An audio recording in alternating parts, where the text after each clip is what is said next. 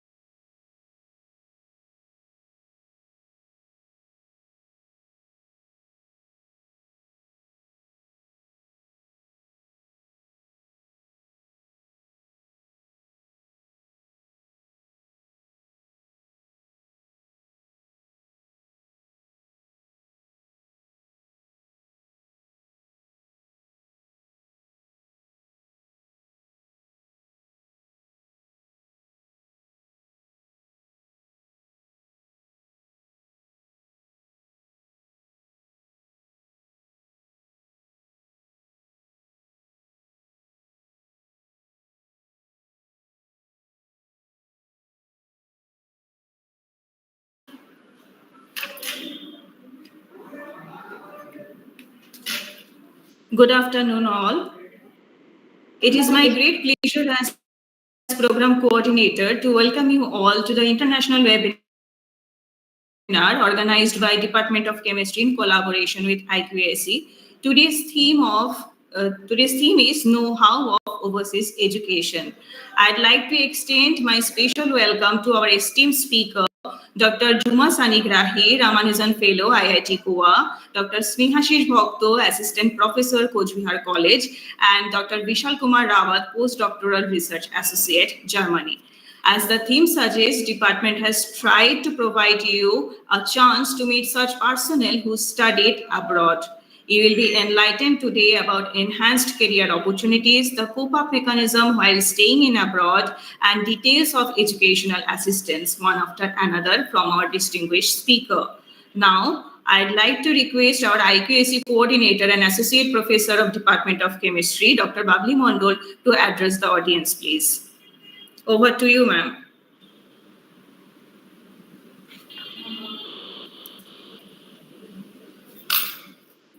Thank you, Pallavi. Am I audible? Yes, ma'am. Okay.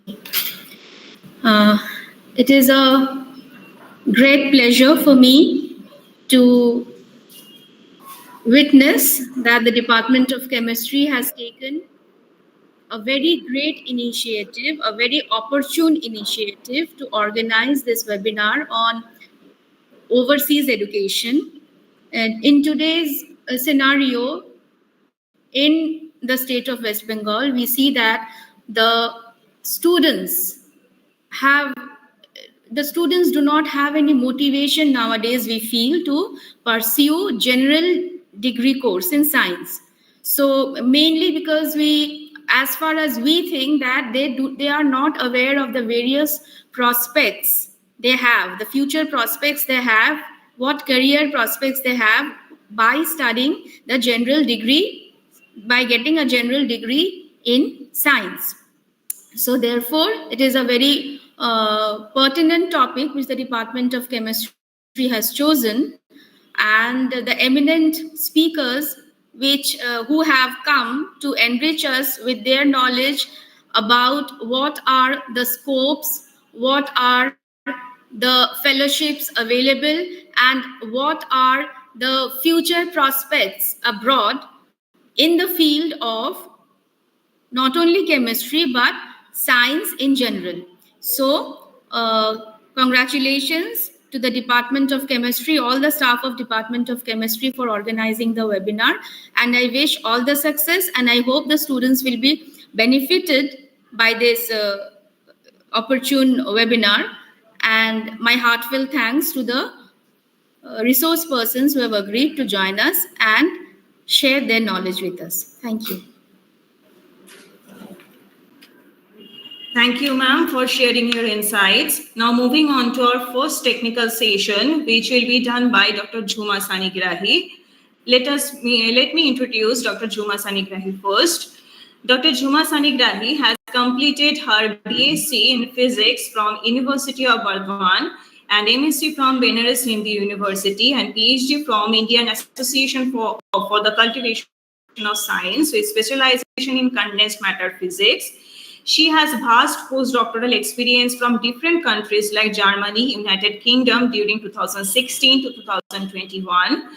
She has achieved awards like Marie Curie Fellowship, Ramanujan Fellowship. She has around 37 publications in international reviewed journals. She has presented in 16 international conferences, workshops, etc.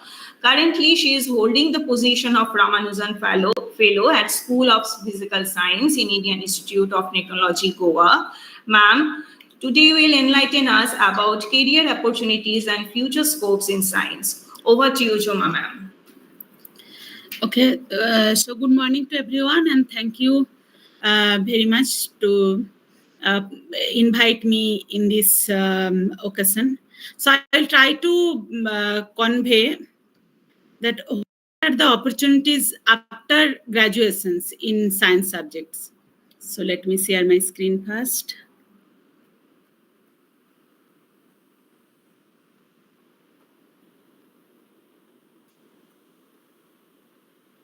So the screen is visible, I think. Yes, ma'am. Okay. So for the students, you can ask in any part of my talk, and you can ask in Bengali or English or Hindi, any language, that is fine for me. Okay. So let's start. So after, I think all of you are now in that BSc in some science subjects. So after BSc, I will, there are basically you can go to scope. Another thing is that after BSc, you can sit for any government administrative examinations also. That is the another thing. So if you want to stay like academia or related to academia, industry type things, so you have firstly two options like Master in Science, MSc, or MTech. So whichever the universities you are studying now, you have always the option to do your MSc there. Apart from that, you all know, I think this thing at least, that different Indian Institute of Technologies, IITs, they have that master's program. So apart from that, Bombay, Delhi, Kanpur, Kharagpur, Madras, now there are 26 IITs are there. So this possibility is actually huge now. So if you go to the IIT, then your outlook will change. It is expected, because you will see that more opportunities and chances are there.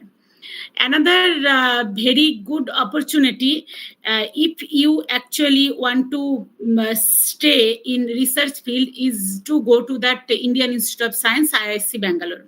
I will tell later that entrance exams also, because IISc Bangalore has their own entrance exam for a master's degree. So that is integrated PhD also. After MSc, you can continue your PhD also.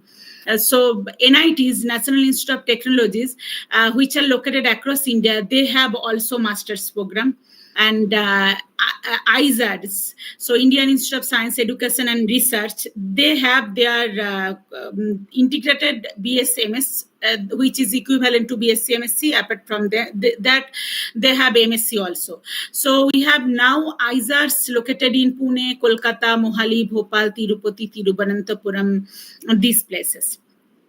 And also another scope is to go to some central universities like JNU, Jawaharlal Nehru University, Banaras Hindu University, University of Hyderabad, Anna University, Chennai, Delhi University.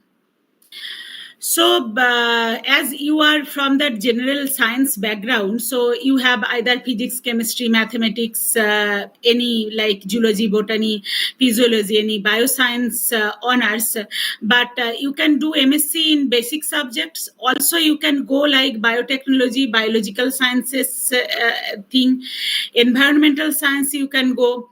You can go a master's program in nanoscience or nanotechnology, which are available in different IITs, JNU, University of Hyderabad.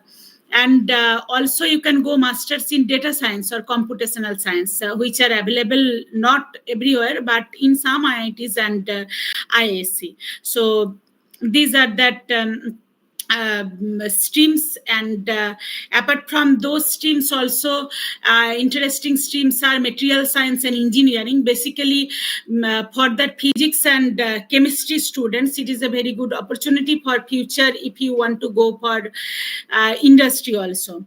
So then that applied geophysics, biotechnology, electronics and communication engineering, those are that other fields which you can go apart from your from that after BSc in physics, chemistry, mathematics or biology. Okay.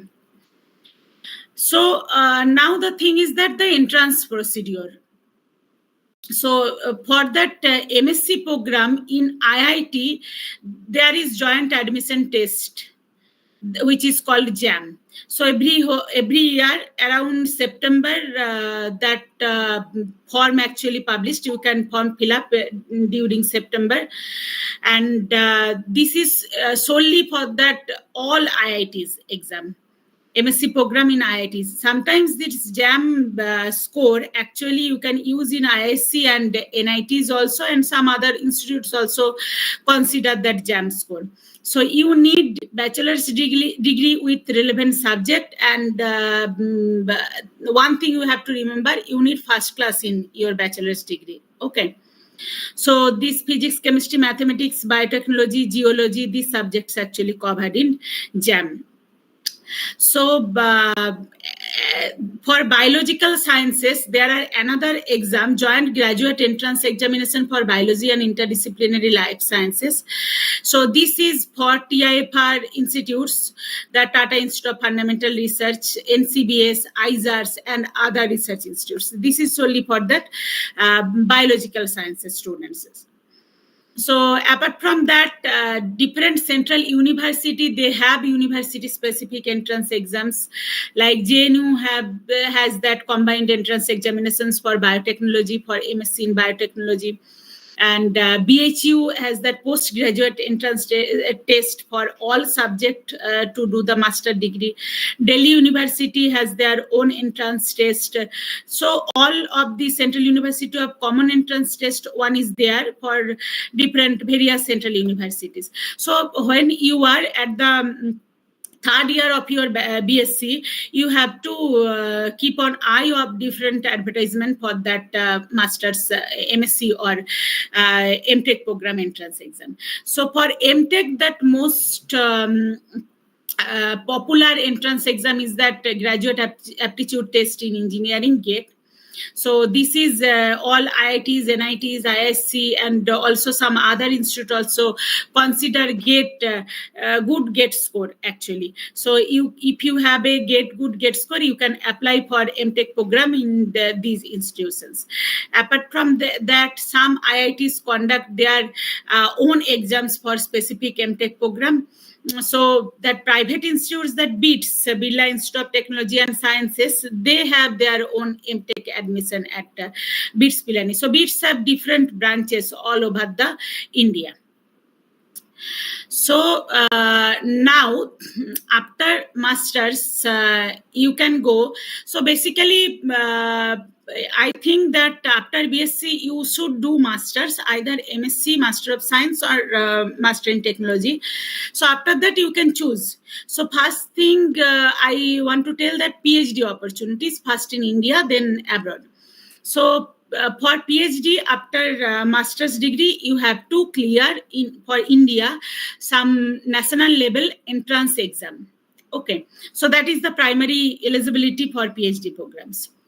So in this national level entrance exam, so one is JEST, Joint Entrance Screening Test. So that is basically physics, theoretical computer science, and neuroscience only. And you can apply any IITs, IISc, ISARS, different research institute like TIFR. TIFR is in Bombay, Tata Institute of Fundamental Research, and other research institute also. Most common exam is that CSIR UGC NET. So you can have that. So for all the subjects that CSIR UGC NET is there. If you have good score, you can qualify that Junior Research Fellowship, JRF, where you will get that fellowship also. And that will actually give you more scope to choose which institute and whichever that field you want to go.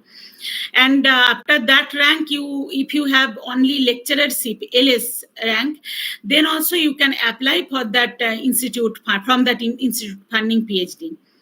Another popular entrance exam is Graduate Aptitude Test in Engineering, GATE. So that is also available for all science background also, and interdisciplinary field also. So doing PhD in all IITs, NITs, ISC, and other research institute also consider that good GATE score. So then these apart from these common entrance exams, so some research institutes like TIFR, they also conduct their own exam, TIFR exam. So and for ISC also, they conduct their own entrance exam, and few IITs also conduct their. Few IITs and ISARS also conduct their own entrance exams for PhD admission. Sometimes if you have like CSIR, NET, GATE, or JEST, but after that also you have to sit for their entrance exams.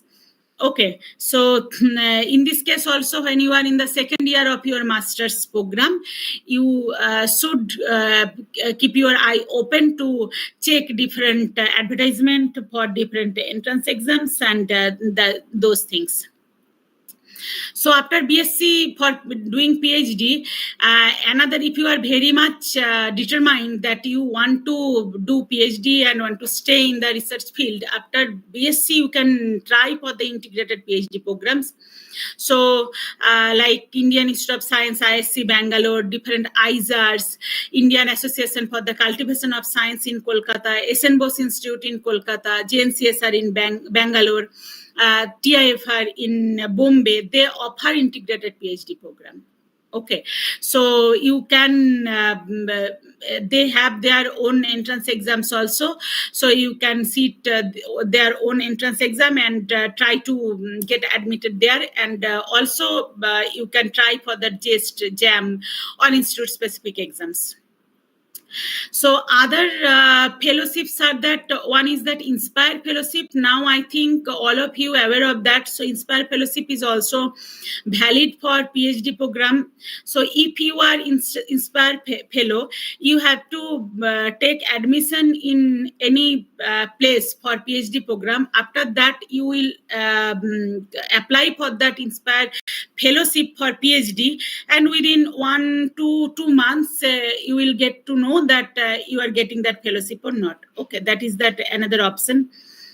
And if you have, you are doing, you get admissions in for PhD in IITs, NITs, and ISAR, and during the first year where you have to do the coursework, you have very good, like you score a very good grade, and you have a good academic record, then you can actually apply for the Prime Minister Research Fellowship. So that is, that fellowship amount is almost double from that normal fellowship. So that is really encouraging things for the students to study well during the preliminary years. And that some research plus industrial institution like DRDO, ISRO, BRC, they have also some fellowship. So after MSc, you can actually give exam for this DRDO, ISRO, or BRC, Bhabha Atomic Research Center. Every year, specifically Bhabha Atomic Research Center, they have their own exam. And if you pass that exam, and you can go there. So that is the permanent central government job, and you can do PhD there also. So this is basically R&D type things. So, and they have a huge number of intake every year. They actually take the students. So now the thing. So this is that inside the India. Okay. Now you can go for PhD to abroad. So outside India also. So I think this is the main focus of this webinar. So to go to the outside of India for specifically for PhD, you should know few things, like in different country the rules are different. So some standard entrance exams are there. So like graduate record examinations, which is called GRE. Mainly that American, US, United States universities require GRE. But if you have GRE score, some institutes in Europe and Asia also, that is considered. So GRE has two type of tests. One is general test, which actually assess your verbal reasoning, quantitative reasoning, analytical writing, those type of things. And another is the subject test. There you will be tested for your main subjects like physics, chemistry, mathematics, these type of things. Okay. So when you will go to English speaking countries, so but then you have to pass the TOEFL. So for this exam actually required in US, Canada, and some universities in Europe or England also. So, but in England, that international English language testing systems, so IELTS, that is actually accepted much more. So this is also one English language test, and this is accepted in universities in UK, Australia, Canada, New Zealand as proof of English language proficiency. Another is that graduate management admission test, that is basically required for some interdisciplinary PhD programs that combine science with management or economics. So this is valid for US and Europe. So now that country-specific exams. So in United States, I already told you need to clear GRE and TOEFL or IELTS. So this is for that English language proficiency. So how you can apply? So before applying, you have to prepare your statement of purpose and letter of recommendation. You need all transcripts of all your degrees, academic transcripts, and sometimes some research proposal is required. Okay. So most of the times you have to go through the university websites and you have to apply through that website. So in this case, if you want to go to abroad for PhD, I would suggest that try to do like few summer projects or winter projects in your own university institutes, or apply somewhere, go there for 2 months, so that you have some research exposure and you have that idea how to write the research proposal and which research field actually you want to go, those things. So during your masters, in 2 years, you can go at least 2 places for the summer project or winter project, whichever is suitable for you. So then especially in some positions which are fully funded PhD positions, so there you have to do like teaching assistantship. So what is the teaching assistantship? You have to, so for that undergraduate students, you have to check sometimes their problems. You have to prepare the problem sheets or check that tutorial things, those things. And research assistantship. Research assistantships is to assist in the lab. So in that way, they fund that PhD students. So this is that option in that PhD positions. Apart from them, sometimes if that institutes have some projects, they have some funding also. So those are discrete things. So in general, that in US, that PhD program actually goes like this way. So in United Kingdom, in UK, so you have to clear only English language test is must. GRE required for certain programs, not all the times. So you can apply via different university websites. Through UCS, for some programs, like with some SOP and letter of recommendation, CV, transcripts, and research proposals. So there are many funding opportunities there, like communal scholarships, Chevening scholarships, university-specific fundings are there. So their funding, so in UK, funding thing is easier than US. So in Germany, also they have that main language German. So sometimes, but for PhD program, many PhD programs are available in English, and so that you require that English proficiency test. Some programs require German language proficiency, so that is actually difficult. So try to find out that, and there are lots of scopes are there in English language PhD program. So you can apply directly to the university through or research institutes. So like Max Planck Society, Fraunhofer Institute, Selmos Association. So I was in Max Planck Society, so I know that they have every year a large number of PhD students they hire from outside, and a large number of Indian students every year actually goes to Germany to do PhD in Max Planck Society. And for students, Germany is very nice. So you will get good fellowships and also different opportunities to learn many things and different facilities there. And you have to go to Germany for PhD interview, but they will fund everything. So you can apply there through the university or research institute websites. Apart from these things, with India, Germany has good collaboration in science actually. So that scholarship is there, which is that in Indo-German collaborations, German Academic Exchange Service. So you can apply through that scholarships also. And Marie Curie actions, that is common for all the people actually in Europe. So in Canada, it is a little bit similar to US. So you need GRE and TOEFL or IELTS, both of them.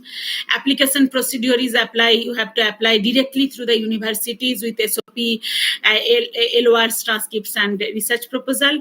But they have also many fundings like Vanier Canada Graduate Scholarship, NSERC, Natural Science and Engineering Research Council funding, etc.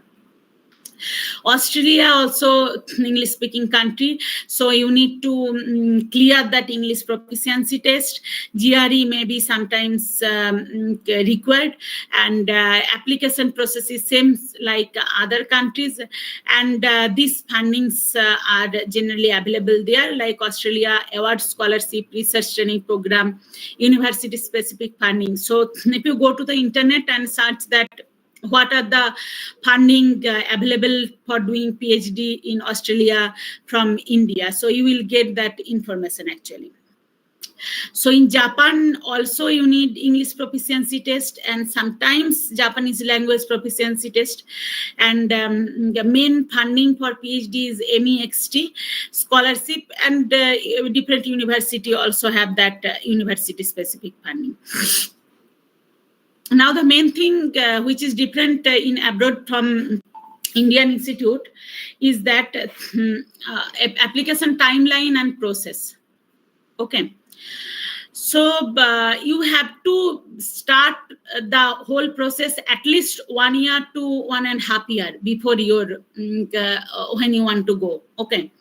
Because many things you have to actually finish, and that some official process you are much interested. Then you prepare for that exams also, GRE, IELTS, TOEFL, etc. And when you will go, you can get your letter of recommendation from your university and institute teachers also. And if you go for summer projects or winter projects, there also you can get that letter of recommendations from the other institutes also. So that will also help you. And write a strong statement of purpose. Clearly state your research goals, academic achievements, motivation for pursuing PhD. The SOP is very, very much actually important. So for that good recommendation, contact like after getting or securing all those things, contact that potential supervisors abroad. So go to that different universities abroad, check that their respective departments, what they are doing. Then you can email them that you are interested in PhD and this is your CV and background. So you can try to contact with them and talk to them. So that is very much important. And also to keep your eye open to see whatever that advertisement coming in the university's website, and submit your applications properly in due times. So after that, if you are shortlisted, so they will call for interviews. Some interviews may be online, but most of the times you have to go there. So if you are planning to go abroad, so make your passport also ready beforehand. So apart from that, some other fellowships, common scholarships are that Fulbright Nehru fellowships for Indian students to do PhD in US, Rhodes scholarship, which is for doing PhD in UK, DAD scholarships in Germany, Vanier Canada graduate scholarships is in Canada, Endeavour postgraduate scholarships Australia. So that is that doing masters also, that is available. MEXT scholarship in Japan. So you have to be prepared that many universities offer assistantships that cover tuition and tuition fees, that fees for that PhD and provide stipend. So that is basically valid for that US universities. So you have to remember that you have to start prepare at least a year advance, and you have to make your network and connect different people. So for that, you can go for that summer project, winter project. You can attend different webinars or conferences or join scientific communities. Different communities are there. Okay. So then prepare statement of purpose, application, apply to each program, highlighting how you can contribute to their research. So I would suggest that at your second year of masters, you start preparing if you want to go abroad, and after finishing your masters, within 1 year you can go and join actually that for doing PhD. And if you try from your heart, surely you can get a good options then. So after PhD, you can go in different fields. So if you are interested staying a little bit more in research and academia, you can go simply for the postdoc.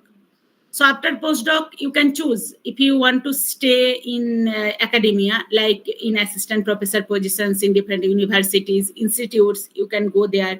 You can go for that industry. So if you do postdoc abroad, and scientific industry options are much more than India there. So, and when you will do postdoc there, you will go different conferences, meet different people, and if you are interested in industry, you can get to know that what are the options are there. Another very good options are there. You know about that different scientific journal, like Nature. You all heard about that journal where that different research publications come out there. So there, after postdoc and PhD, the options is that editorial options are there. And specifically, if you are doing a PhD or postdoc in theoretical sciences, data scientist is that another options. After PhD, if you go to the industry directly, then you can grow through in the R&D sections. So that is the option. So different industry, different R&D, you can grow in that directions. You can, after PhD, you can go directly to different colleges as assistant professors. So there you can teach and grow your careers. And you can also apply for different government research positions after PhD, like DRDO, ISRO, CSIR. So after that, if you go in these directions, you can after that apply for like different patent officers, government scientific advisors, these things. So you can think that see that if you do PhD also, there are lots of different opportunities you can go. It's not like that you have to go only one way. So now let's see that after masters, so what are the industry opportunities? So the few research and development roles are there. So where that research to develop new products, improve existing technologies, complex technology problems. So in India and basically chemical and pharmaceutical industry are much more active in this respect. But if you choose like India and abroad also, so you can go pharmaceutical, electronics, automotive, aerospace, chemical, energy, biotechnology in this industry. So DRDO, ISRO, these are the government-sponsored R&D institutes. So you can apply their jobs also. For chemistry, basically, or biochemistry, Tata Chemicals are there. So Reliance Industries, GE Research is that, this is that private company, which is that one R&D section. Also, you can try to see that Intel, IBM, Research, Siemens, AstraZeneca, these companies also. So that data science and analytics, you can go after MSc also. So there they will actually train you in so to develop actually predictive models, support data driven decision making. So in universities also like TCS, CTS, after MSc they actually do that. They come to the campus and take the interviews for that data science analytics jobs. Okay. So that IT, finance, healthcare, e-commerce, retail, telecommunications, these things. Specifically, the universities in Kolkata, like Jadavpur University, Kolkata University, every year TCS, CTS comes for that job interview.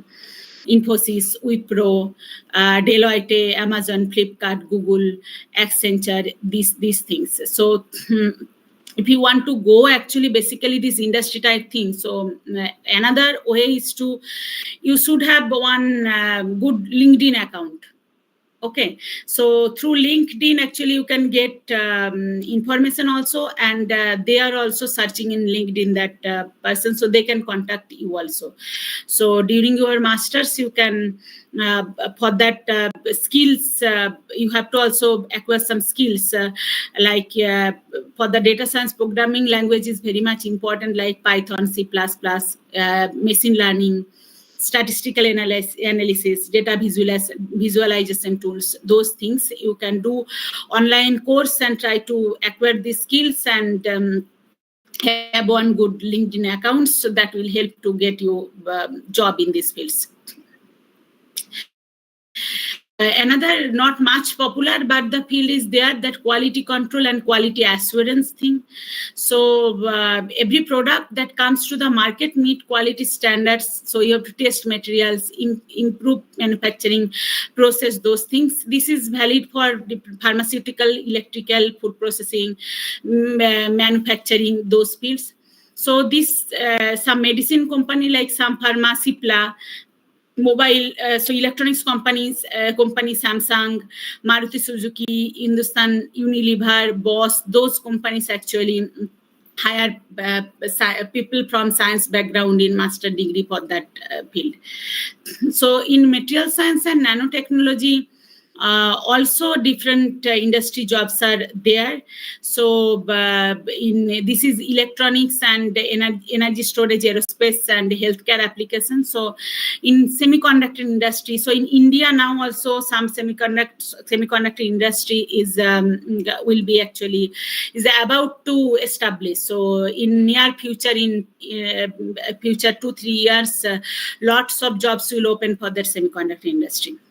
So in defense also this type of people are required, renewable energy and medical devices also. So now that company like Tata Steel, Saint Gobain, Applied Materials, Honeywell, Hitachi, and other General Electric companies, they actually hired from these perspectives. So you have lots of industry jobs also in biotechnology, life sciences people. So most of the things are there in pharmaceutical, some biotech company, agriculture companies, healthcare, those things. So famous companies are Biocon, Serum Institute of India, Novozymes, Monsanto, Bayer, GlaxoSmithKline, those companies are there. So then if you go like after graduations, go to like the environmental sciences or sustainable technologies, there are also different industry options are there in waste management, water treatment, climate change. This company or R&D actually works on that. Within them that Tata Power Solar Cell, this company also very famous. So ONGC, which is semi-government company in India, Ecomarine, Ecom, Larsen and Toubro, those companies actually hire from there. So electronic semiconductor industry, I already told you. So information technology, also you can try to go there, information technology, software development. For that, you have to go that programming language, design algorithm very well. You have to know that how to manage database, those things. So you can go, you can apply in Google, Microsoft, Infosys, TCS, Cognizant, Amazon Web Service, those things. So there are many options you can see already. So I just want to give you some overview so that I know that in this short time it's not possible to remember everything, but you have that idea that there are many options. So you can go most common things also like finance and banking sector. So you can go from any field there. So in marketing and uh, chemical petrochemical industries. So now see that now we can see that whatever the skills we need. So basically in technical skills we need laboratory technical skills need to know, which you have something during your lab courses, programming, data analysis, instrumentation, process optimization, those things. So soft skill is like communication. Communication is a very much needed things in industry. So most of the times to communicate with all over the world, it is necessary to know English. So don't hesitate to talk in English. So it's not like pronunciation, it's not like that you have to have exact grammar, but you have to communicate your thinking. Okay. So try to communicate in English more often so that your communication skills will improve. So you have that attitude is very much important. So they in industry actually they see the attitude. You should have that problem solving attitude, not the complaining attitude there. So any problem you have, how you can solve that one, how you can manage one project. You have to be a good team member. So teamwork is very important. And lastly, adaptability. So you have to adapt that new environment, new work environment, or your social environment, everything. So adaptation is very much important. So you have to, how you can easily go out of your comfort zone. That is very much important.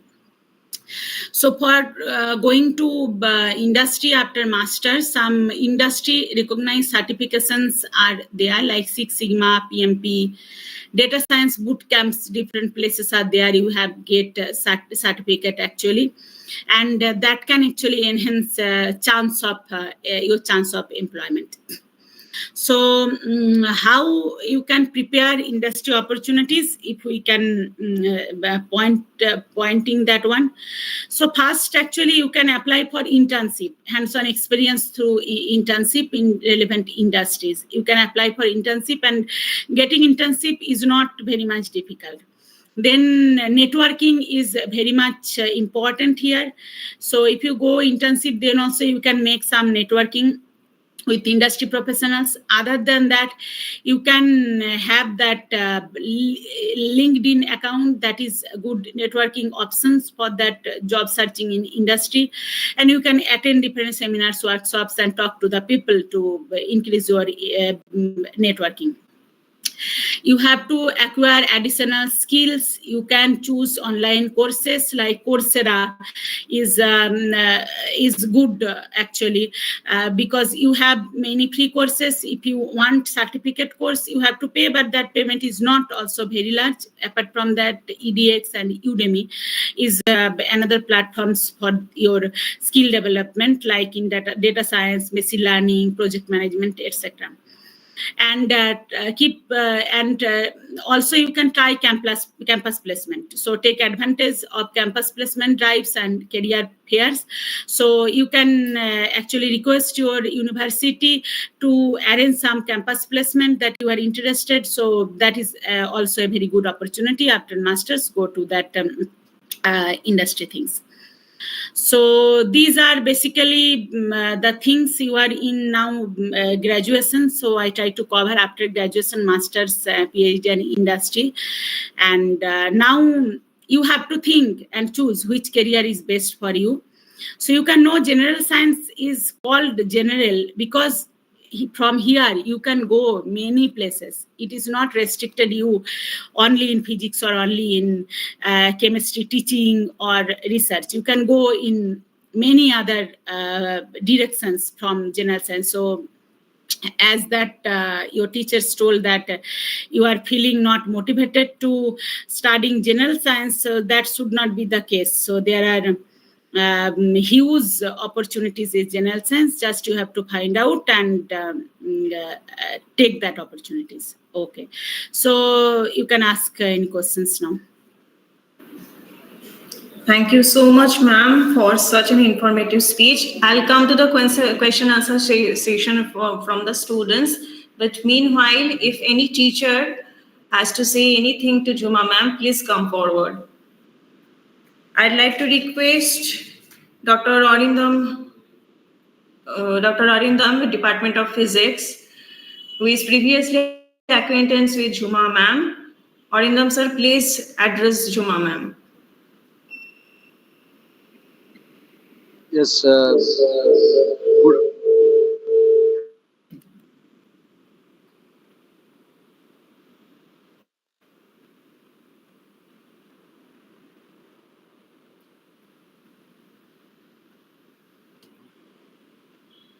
So, good afternoon to everyone, and especially Juma. Juma was one of my juniors in Indian Association for the Cultivation of Science. We used to work in the same laboratory, and I am calling her Juma, not ma'am. Anyway, so Juma was a very brilliant researcher. Uh, she completed her PhD elegantly, and later on, she moved on to abroad and made a lot of progress. She struggled in UK and Germany and worked there as a postdoc for several years. After which she faced the most prestigious fellowship of India, Ramanujan Fellowship, and joined IIT Goa. And currently, she is working brilliantly also in IIT Goa. So she is doing a lot of works, and she is also a regular visitor to international facilities like ICCUK, which is a neutron source. There you can do several experiments on materials using neutron beams. She is also visited to synchrotron sources in Germany, Italy, and many more. So this is all I wanted to say about concluding this presentation. I think it was a very brilliant presentation. A lot of information was shared, starting from masters to PhD, and even a glimpse of what you can do after PhD. A lot of information about industry also. So if you have any questions, please feel free to ask her. Not only students, if teachers also has any questions, they are also welcome to ask.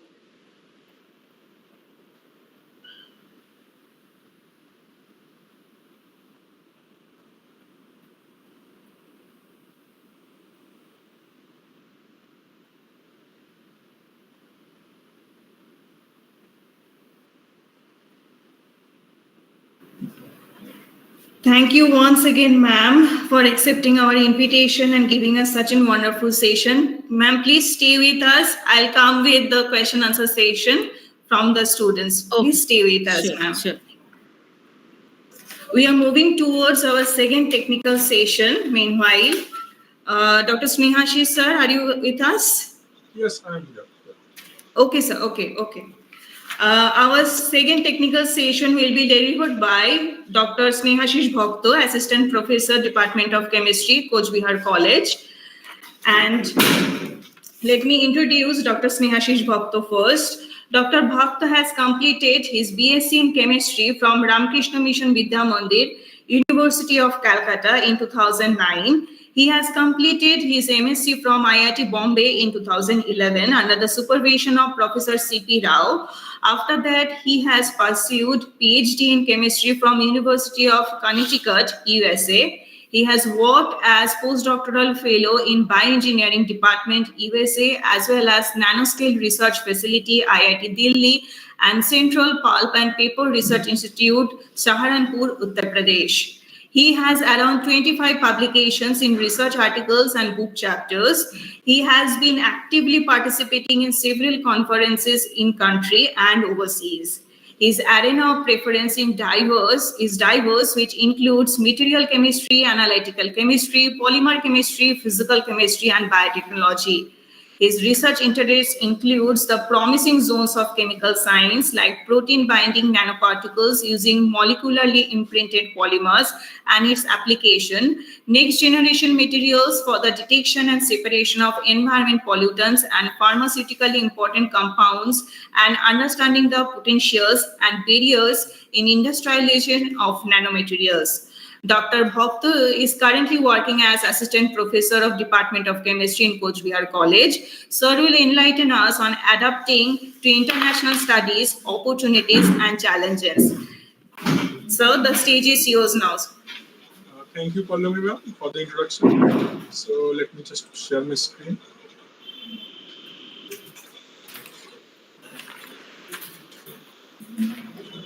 I think it is visible to all.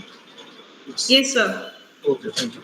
So good afternoon all, and thank you for the invitation. So I'm really honored to be here. And as my previous presenter, Dr. Juma, actually mentioned, a lot of opportunities in India as well as outside of the India. And definitely, first of all, this seminar is all about the possibilities outside India. But as the first few slides, Dr. Juma mentioned that there are a huge number of opportunities in India as well. So it's not like there are opportunities only outside India.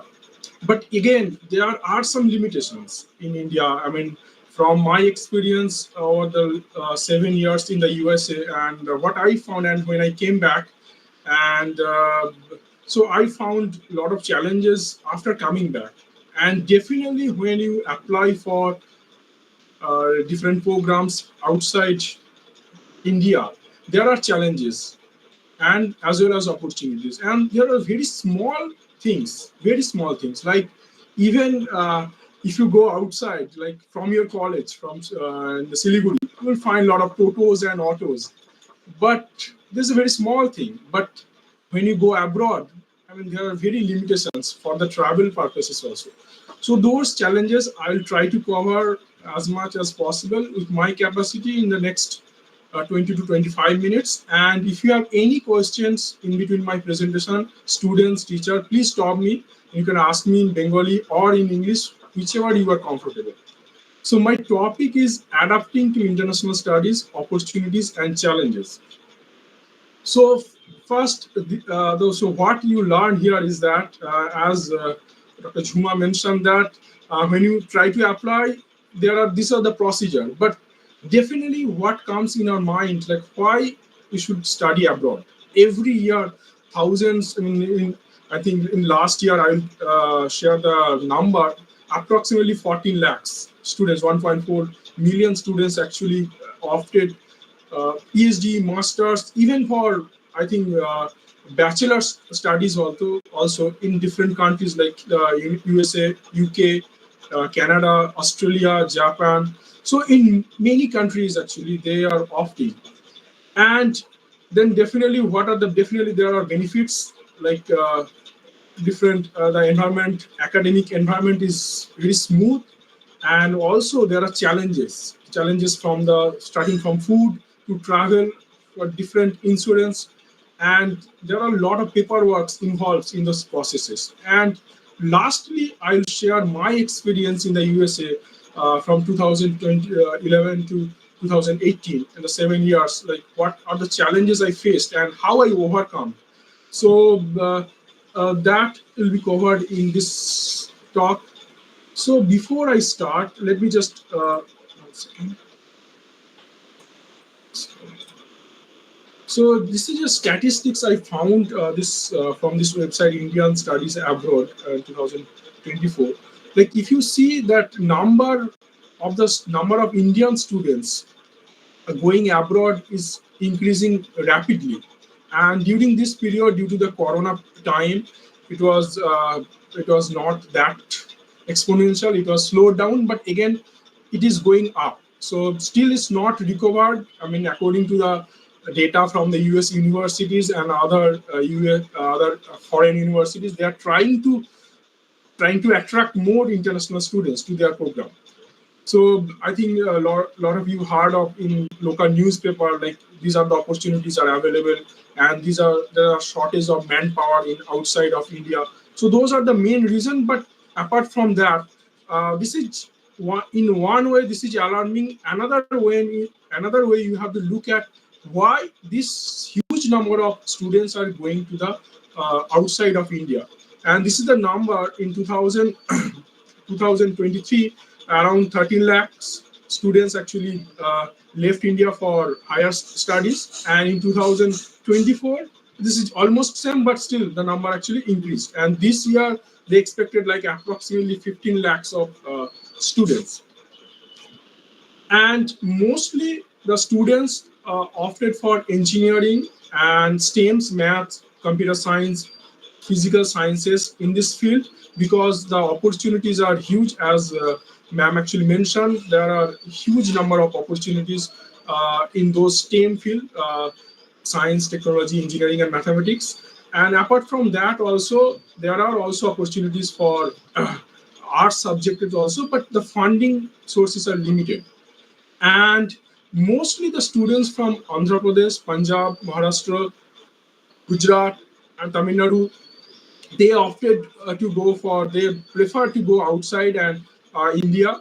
And also West Bengal is not that far away. A lot of students from West Bengal also actually opted for either PhD program or master's program, as I mentioned that undergraduate program, and also for postdoc, even postdoctoral fellowship.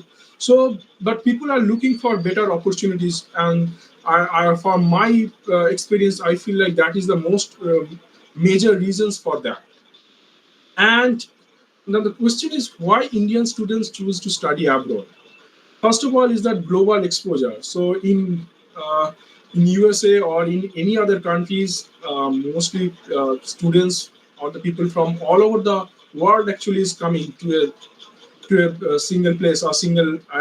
If you look at chemistry, so in the chemistry laboratory, so that is a I feel like one time experience, and that experience helps you to grow you personally as well as professionally, and you can have networking throughout the world, and definitely world class education system. So why I called it world class, because the facilities, for example, I mean, please don't take it in a other way, but this is a true fact, is that we are actually undergraduate college in West Bengal, and I think professors from Surya Sen Mahavidyalaya also will agree that we have limitation in terms of facilities. In the chemistry department, we don't have much more simple UV visible spectrophotometer.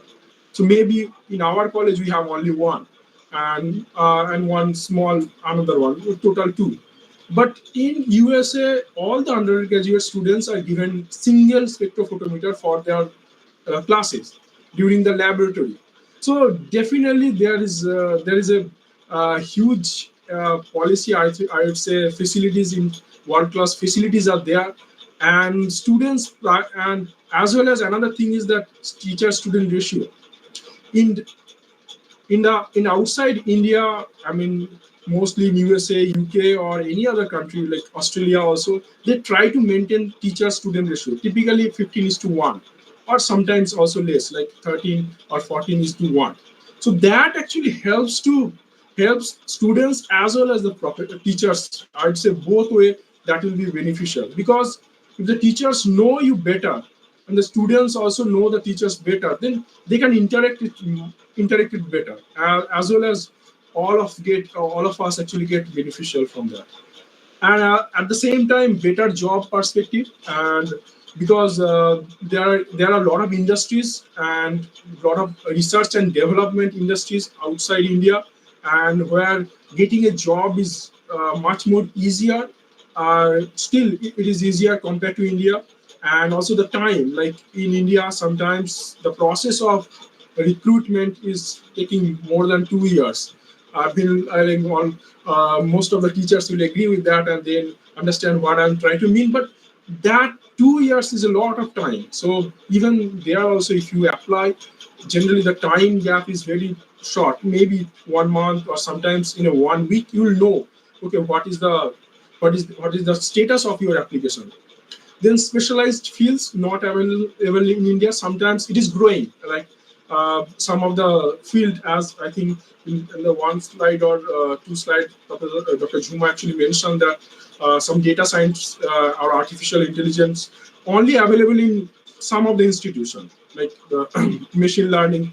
So, and with the limited seat, so now the number of students in India is huge.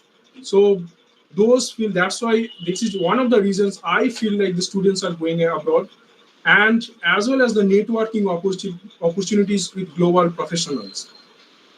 So as most of the companies, like top companies are in uh, like in USA, UK, and so the opportunities to work with them directly is huge. Even in India, some people actually try to uh, work in MNC. They try to go there on site. That is a tendency, to be honest. Okay, there is no hidden truth there, and everything is open now. That people try to go there. Because one of the reasons is the networking opportunities. You can grow yourself in a better way. And another also, the salary is also very important. That if you look at, this is another data actually. So this is in dollars. So 5,000, 7,000 dollars per year. And but if you look at now, it's getting better. Now it's like it will be like maybe 10 or 15,000 dollars per year for in Indian situation for a government sector. I'm talking. There are also sectors which pays you much better. But if you look at like universities in Australia, Canada, USA, the average salary is much higher. Definitely, the expenditure is much higher also, but the as well as the cost of living is higher, but the quality of life is also better. I mean, most of the countries, those countries are pollution free, and you can have a lot of your personal time. So that is one of the reasons also people are going abroad. So I'll discuss about few of the benefits. As I feel like one of the first benefits is that you get your personal growth. So if you so studying abroad actually make you much more independent. Okay, so and also self-reliant, because you have to manage everything yourself. This is challenging, but at the same time, believe me, with time it will be habituated and you will be much more better person. Even if you come out from your comfort zone. And when I came to in 2020, when I came in North Bengal, and I totally agree with your IQC coordinator, ma'am, that the in lack of information is there. Due to the lack of information, people actually don't go outside. They don't want to go. There is a fear factor. I mean, I just share one short story. In 2022, one of my students here actually got very good jam score, and she got admission at IIT Bhubaneswar and NIT Durgapur. Even me, I tried a lot. My principals have tried to convince them, including my students and their parents, that these are the benefits, but she did not go because of the fear factor. So those things are there, and but if you come out from your comfort zone, you'll have better personal growth. And then exposure to the latest technologies. As I mentioned, that we have shortage of funding, and we have to agree with that. At this point, we have very shortage of funding in the research as well as in the colleges. We have very limited government funding where we can give them better facilities. So that in the abroad, the students are the topmost priorities, and they have been exposed to state of the art technologies. As I mentioned in undergraduate studies, I think most of the chemistry students know about HPLC, right? So here, I mean, very few even colleges have HPLC. Even some of the universities don't have HPLC. But again, in outside India, in abroad, even for any undergraduate college, they have HPLC. So the what I want to mention here is that students get exposed to the facilities. and there are a lot of R&D sectors which demands those exposure. So if you try to apply for a position for a pharmaceutical industry, for example, Serum Biotechnology or Serum Institute, and then here we have the Sun Pharmaceutical. If you look at the job description, like what are the experience you need, you see that those experiences you need. So, but we try to give exposure, but we have some limitation. So, in outside India, in abroad, mostly the countries I'm mentioning again and again, they have those facilities, and you will get exposure. And then another opportunities is that networking and career development. So networking is very important. What do we mean by networking? Networking means that somebody knows your skill better. It's not like somebody referred you without your skills. So that is very uncommon outside India. So, but again, the culture is coming to India, and I find a lot of times in IT sectors and even in the R&D sectors, there are very good students are going there. But in outside India, in USA, I mean, this networking is very important. How you can network? So you go for different conferences, you go to your different departments, and during the lecture session you can have the exposure to meet people, and that's why you just exchange your ideas. You talk about your uh, your future plans, you talk about your skills, and that's why you build networking. It's not like just to have friendly discussion. That is not networking. Network is professional. Network is totally different, and you have to talk about your skills. You have to sell yourself. Simple. It may not sound good, but this is the true fact that you have to sell yourself. You are also product, because you have to go to get a job.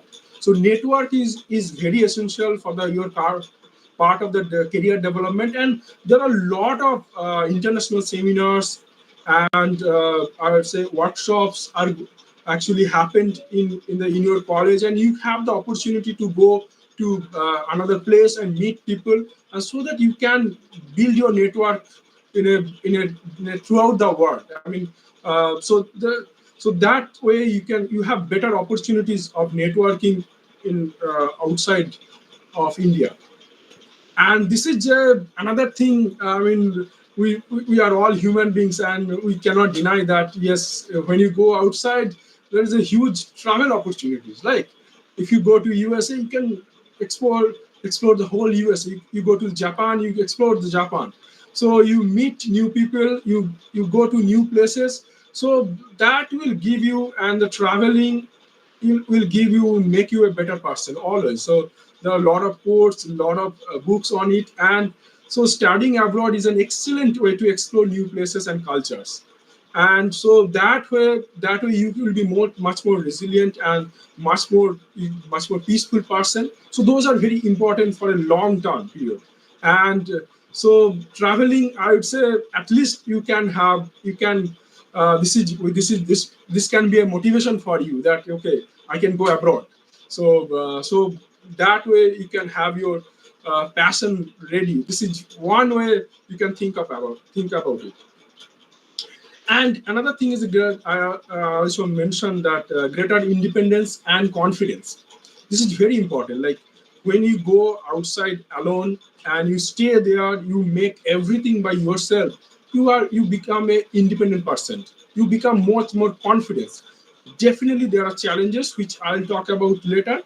But overall, if you see the long-term return here, so that is a huge thing, and you can become a much more independent person, much more confident, and your skill of communication will be much more better, because you will deal with a lot of people from different cultures, different background.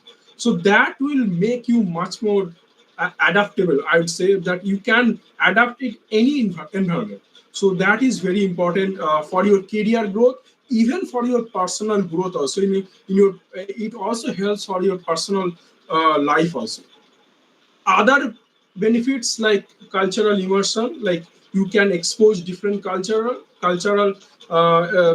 environment. Like if you go to Japan or in South Korea, their culture is totally different. If you go to China, their culture is different. So those cultural experience also make you a better person. Definitely there is challenges. So and also academic excellence, as I mentioned that in abroad the time management is very important, and generally those are very very disciplined. I mean, if generally the classes actually starts at 8 means 8. Teachers will be available at 8.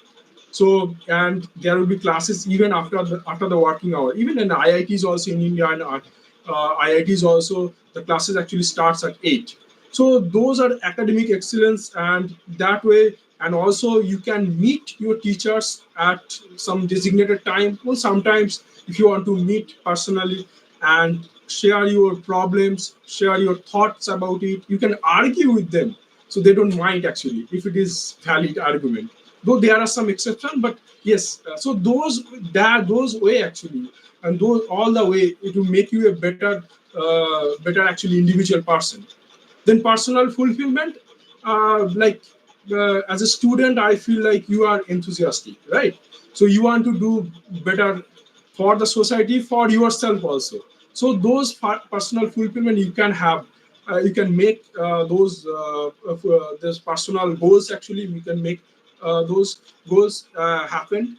Then cross cultural communication, as I mentioned earlier, that you can have better communication skills.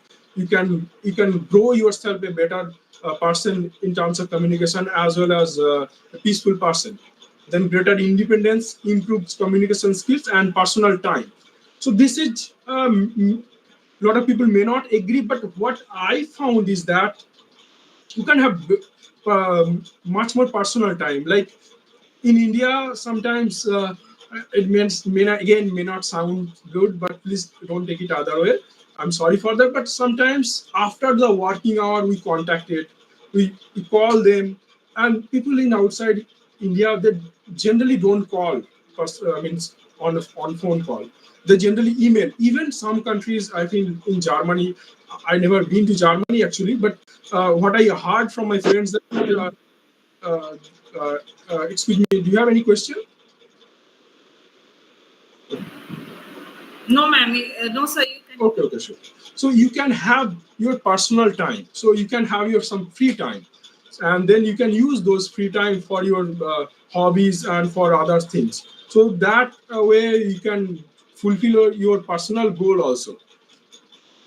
But again, there are challenges. Numerous challenges are there. So after the application process, even the application process itself is challenging. You have to write SOP, which takes about, if you it is a good SOP, it will take about 3 to 4 months. You have to correct again and again. After, at least you should have like 5 or 6 corrections for your statement of purpose. I mean, what is your goal? What is your research plan? Why do you want to go to outside India? So there are chat GPTs, but yes, there are also software to detect those. So please don't use chat GPT, because they will some it is you can they can detect. So so there are challenges. But if you go for master's program and undergraduate programs, for PhD, if you get in the most of the STEM fields in US universities, they have funding. And but there are also like social sciences and some art subjects, they don't have funding, and also the funding amount is very low. So there are financial problems, there are visa issues. I mean, if you look at local newspapers, even few days back from October, there are visa situation is changing for USA, and there is a huge increment in the visa fees. And there are also huge time lag also to secure visa appointment in USA. I'll talk about that. And those are real challenges, and this is very stressful, believe me, because I am also going through US visa for my some my other commitment. But it is very challenging. Say for and because I actually took my visa appointment on June, and I got my interview date on next month, October 15th, and not in Kolkata but in Hyderabad. So you can imagine it was not like that in 2011. So due to the corona issues, they are mentioning there is a visa date availability issue. and there is a huge amount of visa fees. So you should have a good amount of money before you apply. So those are the real challenges, and we cannot neglect that. The language is a problem, could be a problem. Like in European country, if you go, they expect that they know their language. In Germany, they expect to know you German, but yes, not in every places. But at least I feel like they expect to know that you talk in German, you learn the languages. And also there are cultural shock because our Indian society is different compared to other societies. So I'll talk about that. And homesickness, food, transportation, those are the challenges. And the language barrier is there because a lot of people, you have, it will take time, but after maybe 6 months or 1 year it will be all right. But the initial stage is very challenging. At least for my case, it was very challenging. And so first is that financial challenges. So though if you go for PhD program, it is a funding, then you are all set. But if you go for master's degree program, initially you may not get teaching assistantship. And also from the last 2 3 years, it is challenging, and the amount is not huge. So if you look at Canada, and this is the amount of money you need, around 25,000 US dollar per year. And for master's program, it is little lower, but in master's program, there's a huge chance for Indians actually to secure funding, because Indian actually work really hard in abroad. So in USA, it is almost similar, around 25,000 to 30,000 per year. In Australia, it is little lower. UK also around 20,000 per year. Okay, this is per year, not the whole courses. And in China, this is little lower. In Germany, I think education is free, and you have to pay very small amount of fees. But again, you have for the accommodation purposes, for the travel purposes, you have to pay, and those actually cost you a lot actually. And France, Spain, though the general cost is education cost is low, but overall the other cost is very high. And also the visa cost. You have to maintain the visa cost. You have to renew.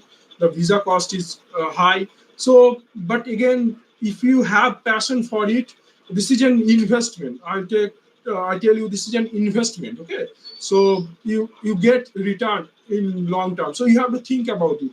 There are a lot of financial assistance now in India. So in case there is a constraint in the family, so you just go for that. Okay, there are a lot of bank, and even in West Bengal also, the our government is the state government is funding you if you go for abroad.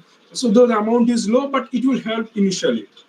So those are the financial challenges, but again, this is an investment. So if you have passion, please go for that.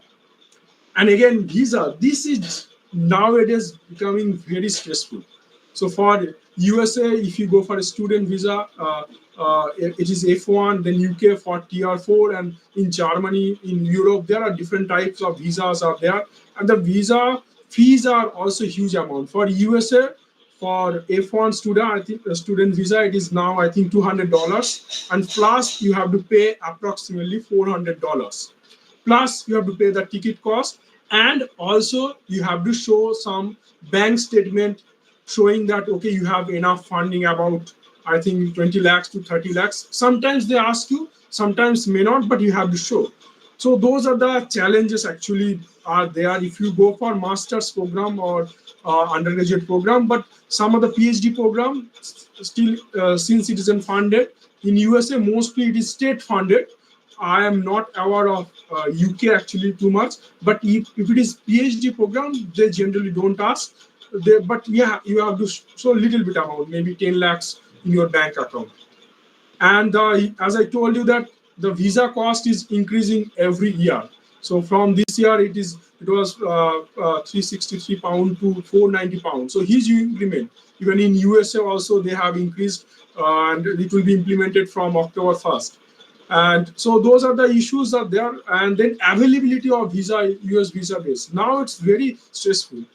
Just few days back, one student actually called me. somehow they got my contact that his actually class will start from this January 1st. January, he's supposed to go there January by 7th of January, but he's not getting visa dates. So I suggested him to get whatever you are getting. He got it January 24th. So those are the challenges, and that can be stressful. Like what will happen for my admission? And he's going for PhD. So what will happen to my admission, and how I can go for the interview processes?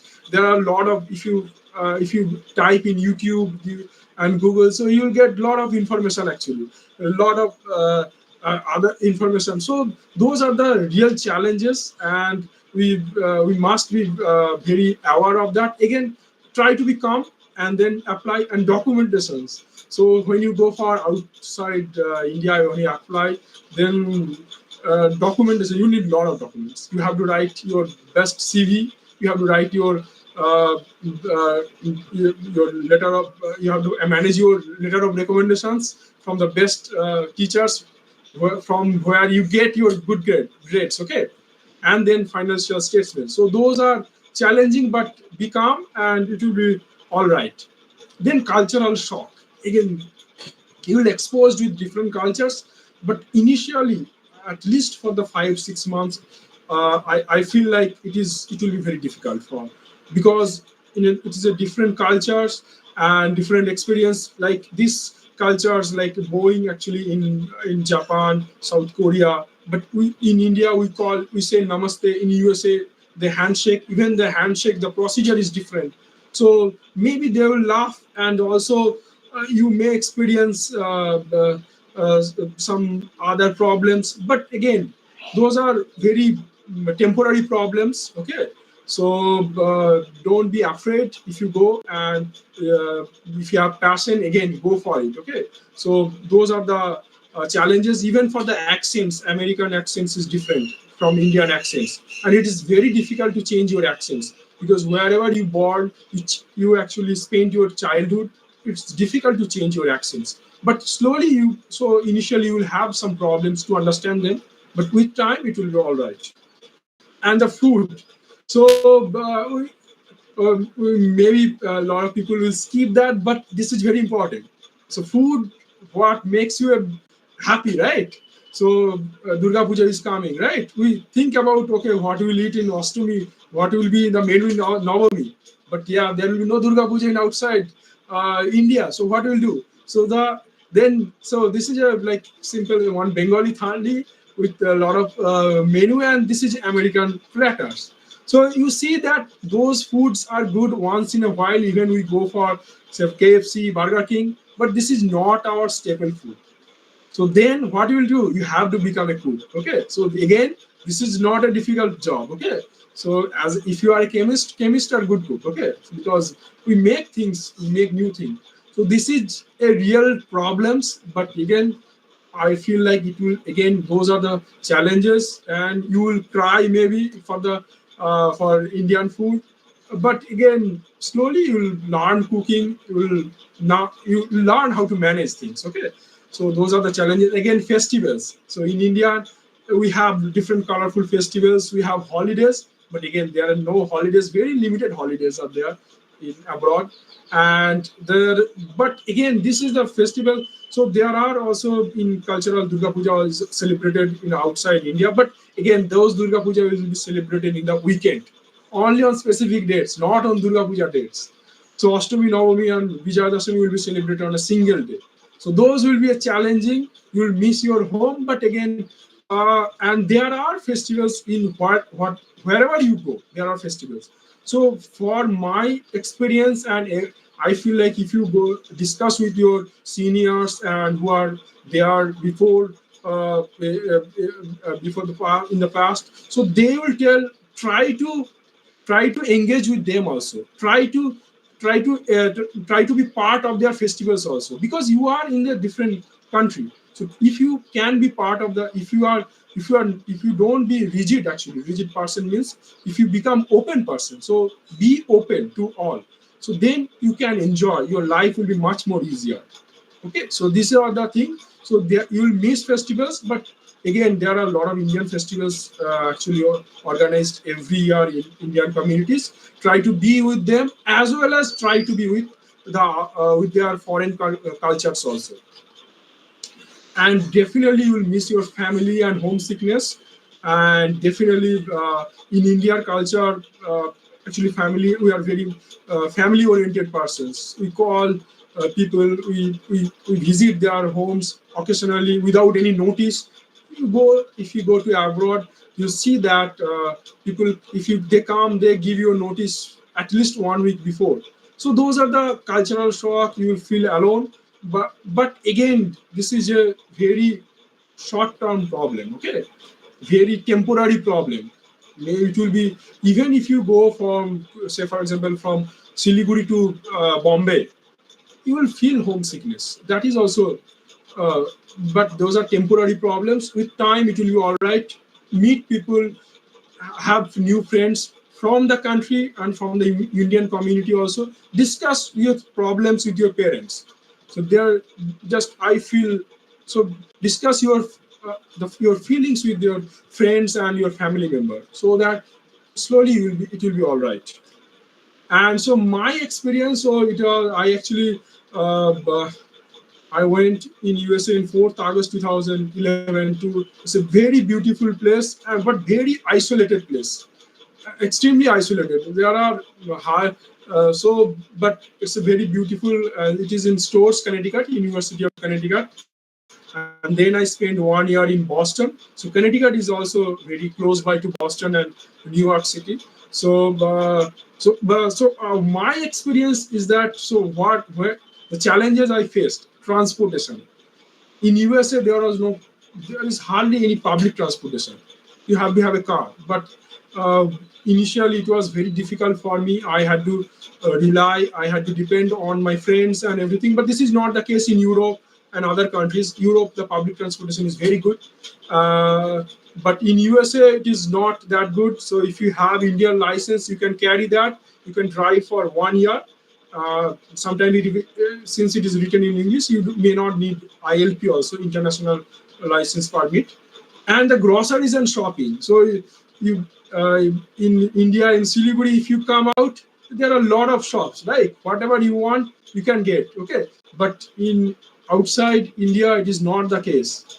There are only designated places where you can get your groceries and shopping. So those are very challenging, because the sometimes in USA, in Connecticut, the weather was extremely cold.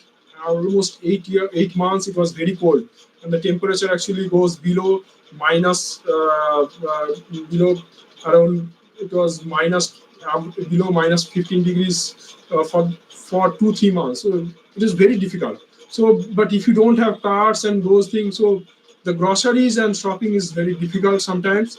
But no scope of missing lectures and laboratories. This is also another thing. If you miss laboratory in chemistry lab, the chemistry students who are there and physics students, if you miss one laboratory, two laboratories, you will be failed in the entire course.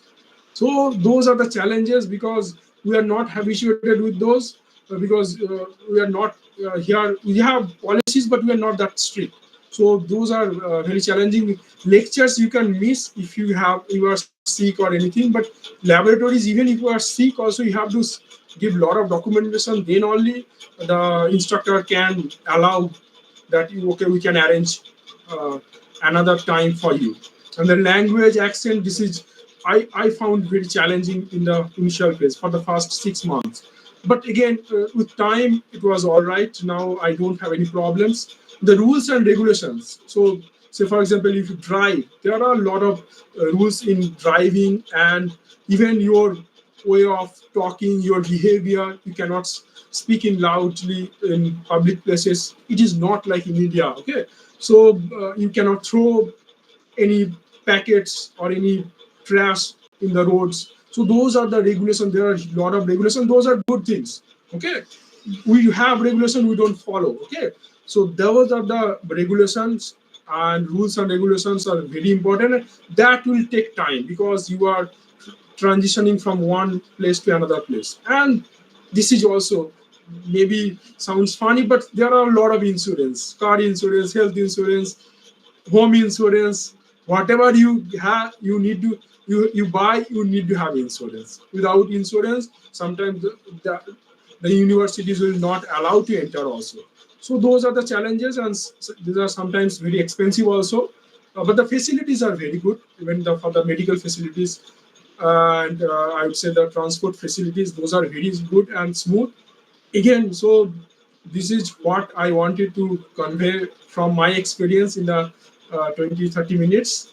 And finally, I'd like to thank you, Sujit Bhomik, HOD, Department of Chemistry, for inviting me. Srimati Pallavi Sarkar, she actually contacted me and exchanged all the details. So thank you so much. And IQAC coordinator, Babli ma'am, I think I'm saying rightly.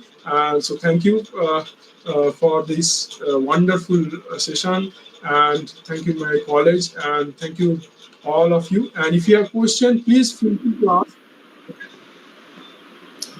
Thank you so much, sir, for such an impressive session. I'll get back with the questions for you after some time. Actually, I'm sitting somewhere else and the students are sitting somewhere else, and there is some technical problems, so we cannot be together. That is why I'll get back with your questions later on. Okay, no problem. Thank you. Please stay with us, sir. Oh, sure. Meanwhile, I'll go back to Jhuma ma'am. Jhuma ma'am, are you here?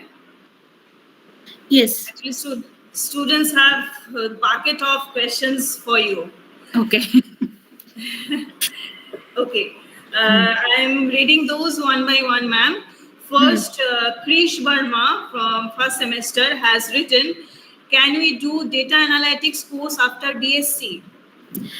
Yes, you can do data analytics course after BSc also. So if you want to do online, you can go Coursera, EDX or Udemy. They have different level of course. So from the starting level, you can do after BSc also. Okay. The next question is from Srishti Chetri, first semester of mathematics honors. Her question is, what is your perception of doing PhD? Okay. So my perception is good actually. I don't repent. I am happy that I did PhD. So I think it is the things of that passion and what you want to do actually. If you like to do that thing, if many hurdles come, difficulties comes in your way, you will not be like, you will not repent that thing that you choose that path. So for me, it's not like that. Everyone have to do PhD. It's the thing that you have to be like independent financially, and after one is everything, you have to be independent and you have to do something for yourself so that you can live by yourself also, and you can also help your family and other things. So for that thing you can do PhD, you can go other fields, whatever you would like. So the thing before going to PhD, you have to remember that it is not like very quick process. It's not like that it's a course and you after that course you will get job.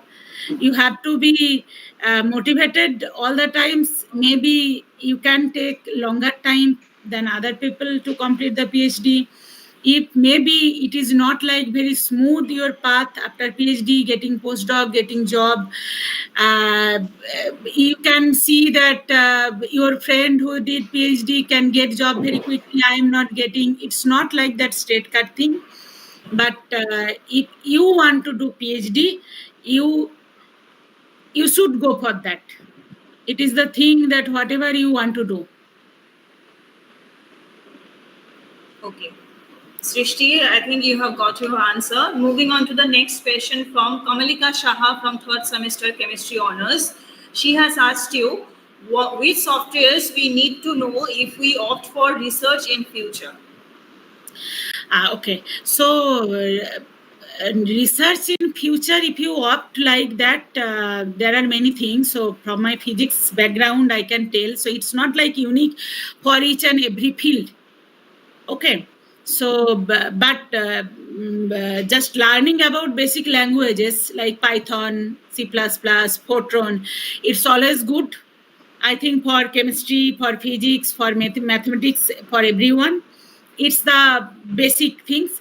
Then whenever we'll opt research, so what the work you are doing, depending upon your work, if you are doing theoretical or experimental, which experimental, then you will learn that softwares. So primarily, if you now get chance, you should learn like Python, Fortran. So MATLAB is actually a paid version. Python is free, so it's easier to learning also. There are many Python online courses available. Free courses are also there, and C++, Fortran. That will be helpful in research, or you go to the industry, both cases. So these are the basic things I think you should know. Okay, ma'am. Our next question is, how can we apply for projects like summer projects and winter projects, which are connected with science research? Yes, so that is very simple.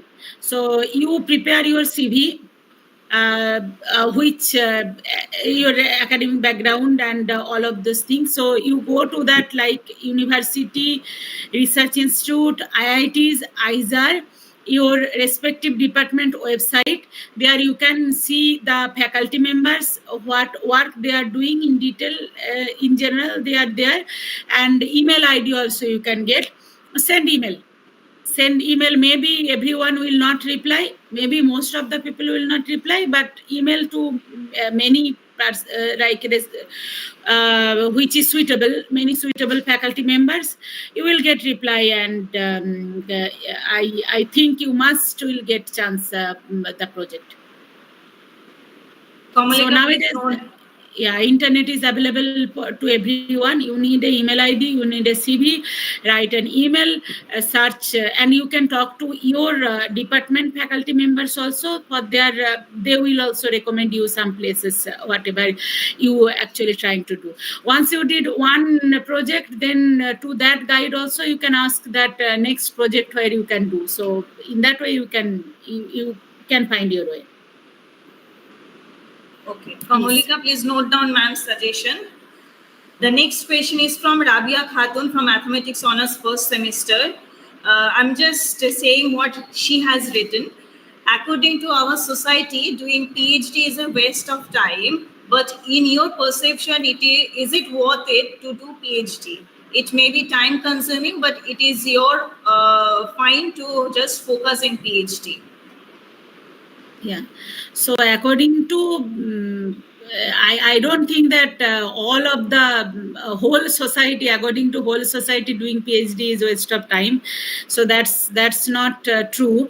If some part of society thinks that it is, and you want to do PhD, I think it is your responsibility to go for it, to do a good PhD and make your good career, so that later on people will not tell that PhD is waste of time. But I told you that it is time consuming. You have to be prepared for that. So every job has their own demand, right? So if you are a doctor, you have to be prepared that you have to go like at night, daytime, anytime to the hospital.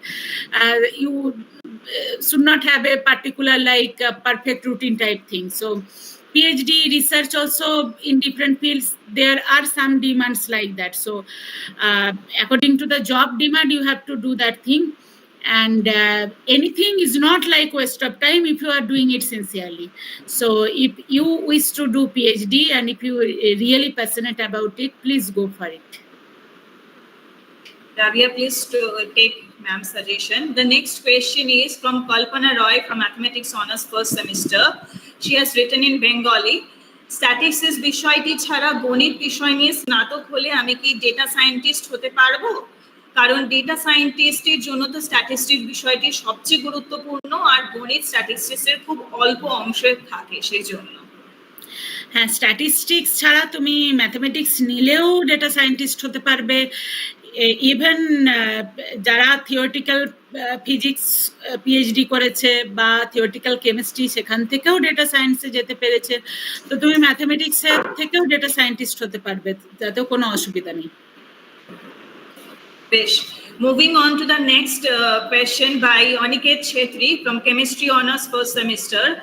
What are the major or key differences between pursuing a PhD in India versus abroad? Okay. Major and key difference. So doing so abroad also depends on different countries actually. So I did PhD in India. So basically, in general, so there are always exceptions. If you do PhD in India, basically PhD in India, PhD in abroad, it's very general thing. There are different types of institutes, labs. Where are you doing in India or in abroad? That matters.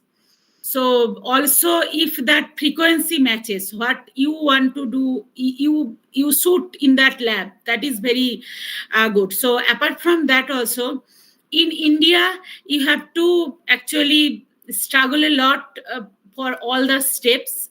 That is that difficulty things. So for each steps, specifically if experimental, theoretical and everything, good thing is that you are very much actually acquainted with this environment and work environment, social environment. So easy to cope up the things. So easy to get much similar minded friends. That is the good thing.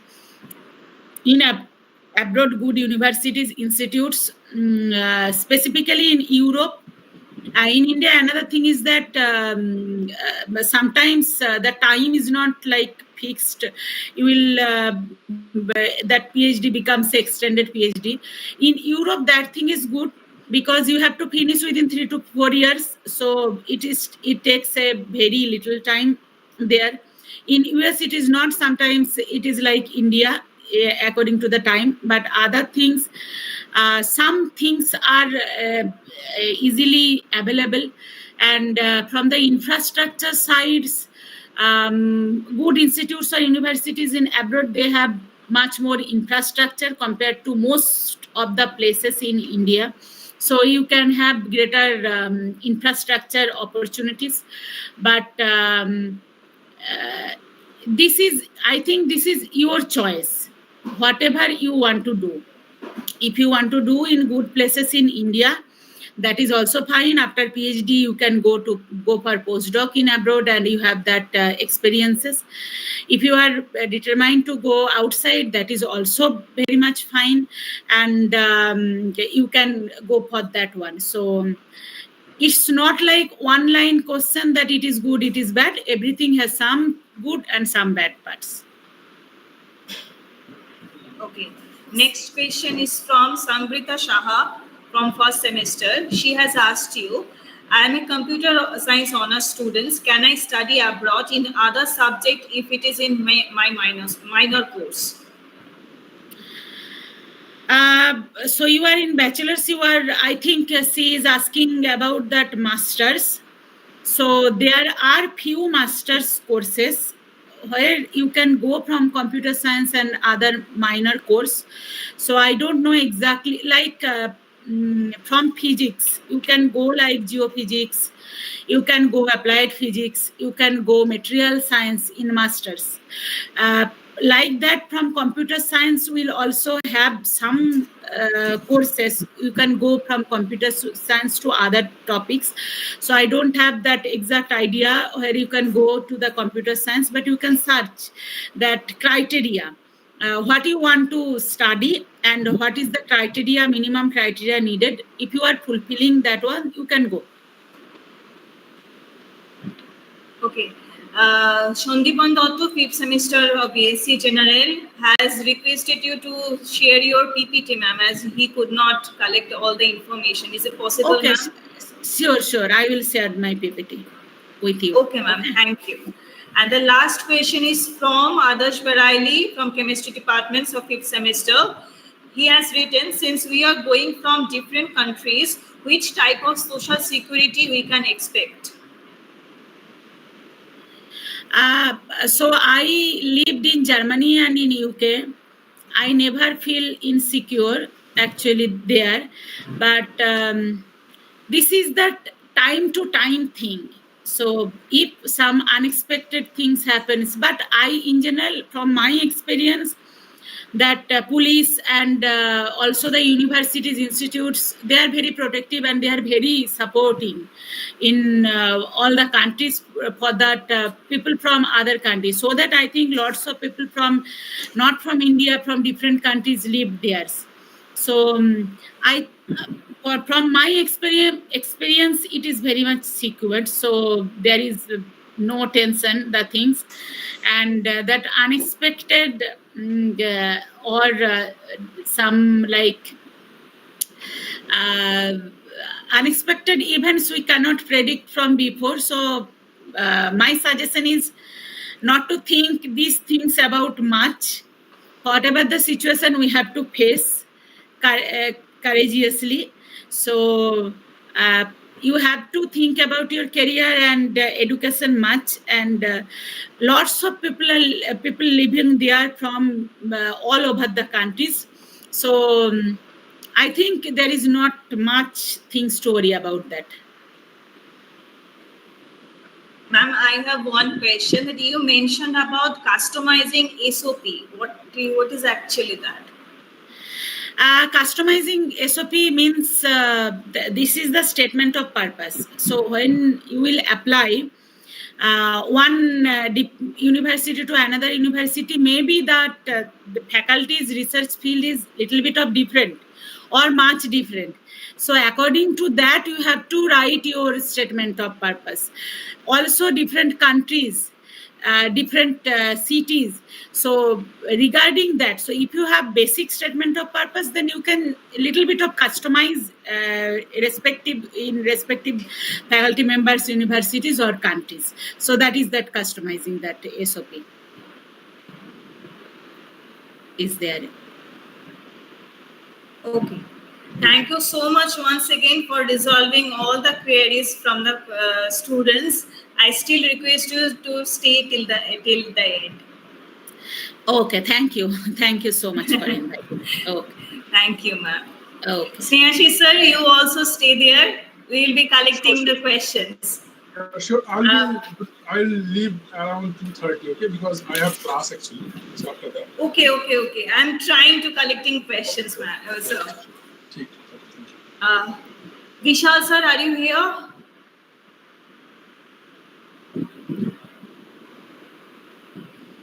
Vishal sir, can you hear me?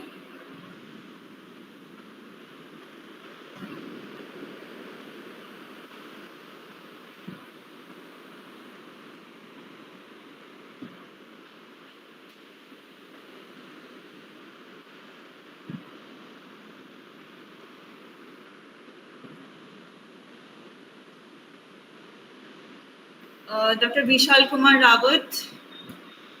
So can you hear me?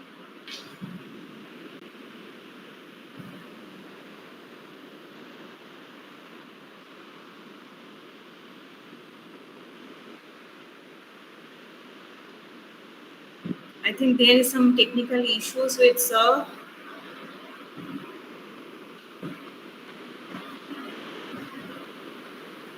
Sir, you are not audible. So, can you listen to me?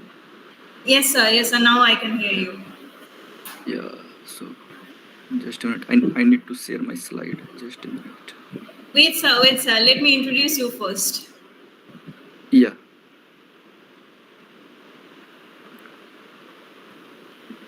Okay. We are moving on to our third and last technical session, which will be delivered by Dr. Vishal Kumar Rawat. Dr. Vishal Kumar Rawat is originally from Patna and he has completed BSc in Chemistry degree from Patna Science College in 2017 and MSc in 2019 from IIT Hyderabad under the supervision of Professor D.A. Sharda. He was awarded with silver medal for best performance in academics from Patna University and excellence award in academics in 2019 from IIT Hyderabad, Telangana. After that, he pursued his PhD, grabbing Zika Fellowship, Graduate School of Science, Hokkaido University, Japan, followed by postdoctoral degree at Institute for Chemical Reaction Design and Discovery of Hokkaido University, Japan in 2023. He also worked as postdoctoral fellow in Department of Applied Chemistry, Osaka University. Dr. Rawat is currently working as postdoctoral research associate in Institute of Computational Chemistry, RWTH, Achen University. Sir will enlighten us about the fellowships and scholarships for higher education. Sir, please go ahead with your presentation. Yes, I'm sharing the slides.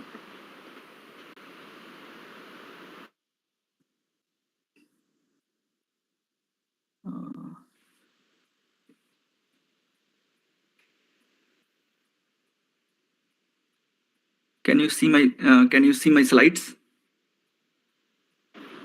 No, sir. Just a minute. This is the first time I am using the Google Meet. Since 3-4 years I am using the Zoom meeting. So, just a minute. Okay, no problem, sir. Take your time. Just a minute.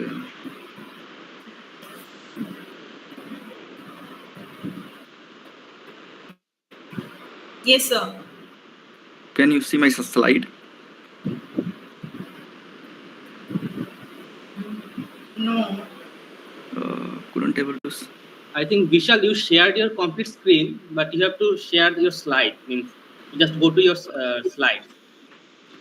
Slides. Okay. Yeah. Now you can see your slide, and you can now go to the full screen. Okay. Now you can see, isn't it? Yeah. Yes, Yeah. sir. Thanks. Yeah. Thanks to let me know, Professor Ranajit. So basically, already both of the professors have explained everything about the research in abroad and India. So I think nothing left, but still there is some scope to explain the things. So I will let you know the detailed procedure, how to get the PhD position abroad. So this is the picture of Japan. Basically, I did my PhD from Japan. So I developed a hobby of photography. So yeah, and also the Professor Anajit know how enthusiastic I am to take the picture. And this is my educational background, which has already been explained by Pallavi Sarkar. So I need not to focus on these things. So this is the contents which I'm going to explain, like pros and cons of PhD doing abroad or in India also, and what kind of a scholarship you can get. You can get or expect from the abroad. Especially, I will talk about Japan because I am much aware of the Japan, since the detailed procedure is bit hectic. So you have to do lot of the documentation thing and paperwork. So I will explain each and everything, and I will also give you some insight regarding how you can enroll into the German universities. Since right now I am in Germany, so I can explain you in a better way, because yesterday itself I have seen many of the international students have enrolled in the German universities. And I will also explain you about the power of social media. From social media, how you can find the PhD position, and also I will give you some insight insight on India, doing PhD in India. So these will be the contents for the today's talk. So already Professor Snesis has already been explained the benefits of studying abroad or your masters and PhDs, and these are the benefits you have seen on my screen. So you can see, as you have seen on the first section, this is quality of education. So of course the quality of education will be the top priority in outside. Also in India, if you go for the uh, premier institute in India, the quality of education will be higher. Of course, outside too, the quality of education will be higher. But in the case of outside, you will have a lot of exposure. So you will work with the international students. So the benefit of working with the international student, you can check their mentality, like how they think, how they explain the things. So these things you use in your in your daily presentations or daily talk. So it's enhance your personality, these kind of things. And of course, you're gonna have your scholarship. So if you have, so you will be paid for doing the PhD. So and the fellowship amount is fairly, I would say, higher. I would say little higher than India. Of course, the living expenses, transportation charge, insurance, this cost you a lot. So of course, I will explain all these things, how much scholarship you get for your PhD. And global networking. Already Professor Snesis have already explained what is global networking. So in global networking, you connect with the different professors, which help you to get to the higher positions based on the skills you have. So this is very, very useful in the academic as well as industry and work opportunity. So in the opportunity, so suppose if you have done your PhD in the European countries, so you will get the permanent residency. Permanent residency is the thing, you don't have to apply for the visa. So you are the member of that country. So you can access the two country at the without having any barrier. You don't need to apply any visa and all. So you will be given the card, and with the card you can stay forever in any European countries, and you can freely access India and all. So this is the benefit of doing PhD abroad. Also, recently Japan have also introduced the permanent residency. Who have done PhD in Japan, so they give the permanent residency such that they can freely access the two country without having any barrier. And also, of course, the personal development. So of course, like you will be surrounded by the international students, your colleagues. So you communicate with them in the English. So that will enhance your personality, and you gain the so many knowledge, not only about the PhDs, what are the things they are doing in their daily life. You get to know about the things, and you develop your hobby, because many of the Indians have a habit to only study. If you look outside, they don't only focus on study, they also doing some sort of extra curricular activities, like playing sports. They are good at playing sports, good at means playing anything. They love hiking, because as you know, the Europe, Japan have good nature, so they love to do hiking. So they hike the mountains, terrains, for the good snaps and all. So these are kind of benefits of doing masters, yeah, PhD from abroad. Of course, like each coins have two sides. So not only the advantage, also there is a disadvantage too. So suppose as you know, it's living outside is very costly. Without having a scholarship, it's a nightmare for anyone to sustain outside, because the living expenses is very, very high. And like studying, you have to pay the tuition fee to the college. That might cost you like 6 to 7 lakh per semester. So it would be the nightmare if you don't have a scholarship. So I will explain you how will you get it.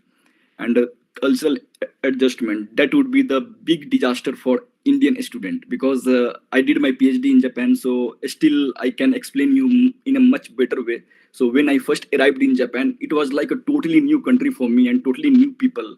Like it took me like 6 to 7 months to get accommodate in their culture. Very, very sophisticated culture, and everything is like proper arrangements. So we are not aware of these kind of things in India. So you're gonna face a big cultural adjustment. You will feel the major thing you're gonna face here is the loneliness, because first time you arrived in any of the country, there is no one to talk with you. So you have to be aware of such kind of things. I have seen many of the PhD students who have left in between their study, because they feel loneliness. They are far apart from their family. They are like homesickness kind of things. So I'm talking about. So already I talk about distance from family. Those people who have pampered a lot by their family members, this would be very very difficulty to sustain outside, because no one gonna take care of you. You are the only one who can take yourself in a better way, take care of your better self in a better way. And of course, recognition of the degree. I would suggest you don't do your higher studies in those countries where the facilities is lesser than the India. Like some people think of doing PhDs from Indonesia, Bangladesh. I think there is no meaning, because we have much better facilities than them, isn't it? So we have the most premier institutes, IIT, which is well recognized, ISER, IISc. These are the these are the institutes which is well recognized outside India. So these are the disadvantages. So basically, I will focus on the study in Japan, because I am much aware of this application procedure and all, and I will explain you what is the procedure, and more or less it's a similar procedure in every country. There is a slight difference, but more or less like a similar kind of things. So if you want to study in Japan, there is a fellowship called mixed fellowship. So the mixed fellowship, you can, if you get the mixed fellowship, you can study in Japan, and without having any barrier of money and all, you can freely live there, and you can easily do your research along with the hangout with their with your international colleagues and all. And these are the these are the two steps through which you can get the mixed scholarship. So one is embassy recommendation, and another is university recommendation. So from these two things, you can get the mixed scholarship. So first, I will explain about you the embassy recommendation. So this is the embassy recommendation slide. So as you know, many of you know how to use the Google. Just you simply write a Japanese embassy in India. So you will go through this site, and you can see the options called study in Japan. So just you click this link, and you will be navigated to this portal. And as you can see in this portal, they have the different application documents. So you can see the application form, field of study and research plan, recommendation form, and certificate of health. So many lot of application documents. And I would suggest you to go through these guidelines. So guidelines is the must you need to be aware of. What are the things you need to, and the timeline you can follow, because there is a timeline, and how many students they're going to select. They also mention in the guidelines and all. And you can see is the type is research student. So research student is like PhD course student and master. So you can see the kind of education you need to have from the Japan. So like research, like for short internship, like 6 months. For also master's course student, so you can also do the masters, and you can also do the PhD course. And also there is a limitation of age. So you should not beyond this age. So 35 years is the limit. And field of study, this is a diverse fellowship. Anyone can get it, not only the science student, also the social science, other various fields. So also like chemistry, geography, anyone can apply it. And you can, I would suggest you to go through the guidelines. You will have the better idea, because they have mentions everything there. Hope you understand here till now. So this is the timeline. So basically the mixed notification will come in the month of April, and every procedure will be finished in the next year, January, or January, or in the month of February, somewhere in the month of January and February. So it is almost like a 1 year process. So you submit forms and all, and you will be notified after the 1 year whether you're gonna select for the university or not. So yeah, of course, this is a very long procedure, and I will explain you each and everything, how you're gonna do the things and all. And this is not applicable only for the mixed fellowship. More or less it's same. More or less it's same in Europe as well. You can follow the same procedure in Europe too. So I would say I will explain you like what are the things you need to submit during the application of the next fellowship. So these are the documents you can see on my screen here. So in the left side, you have the application form, field of study and research plan, recommendation letter, and the certificate of health. So if you submit all these documents to the embassy, Japanese embassy in India, you have to fill everything, and they will shortlist the students based on the information you have provided here.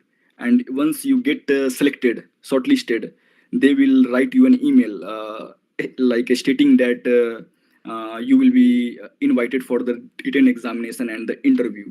So you need to qualify this first step, and the result will be announced in the fourth week of May.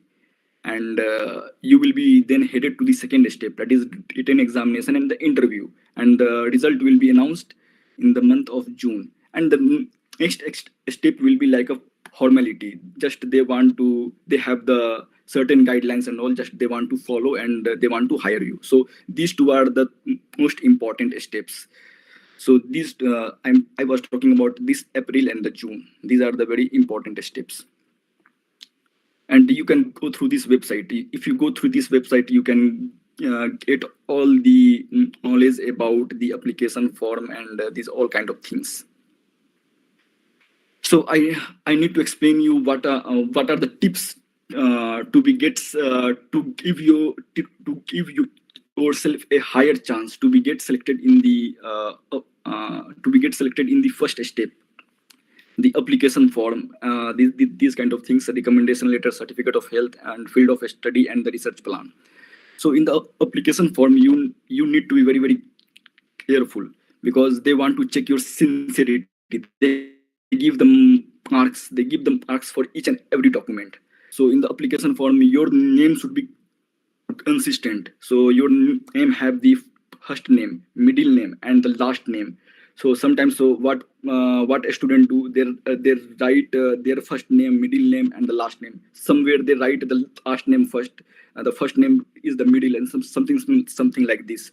So this reflect that you are not a sincere student, because you are filling the form in a hurry way. So they don't like this kind of things. So they will deduct your marks.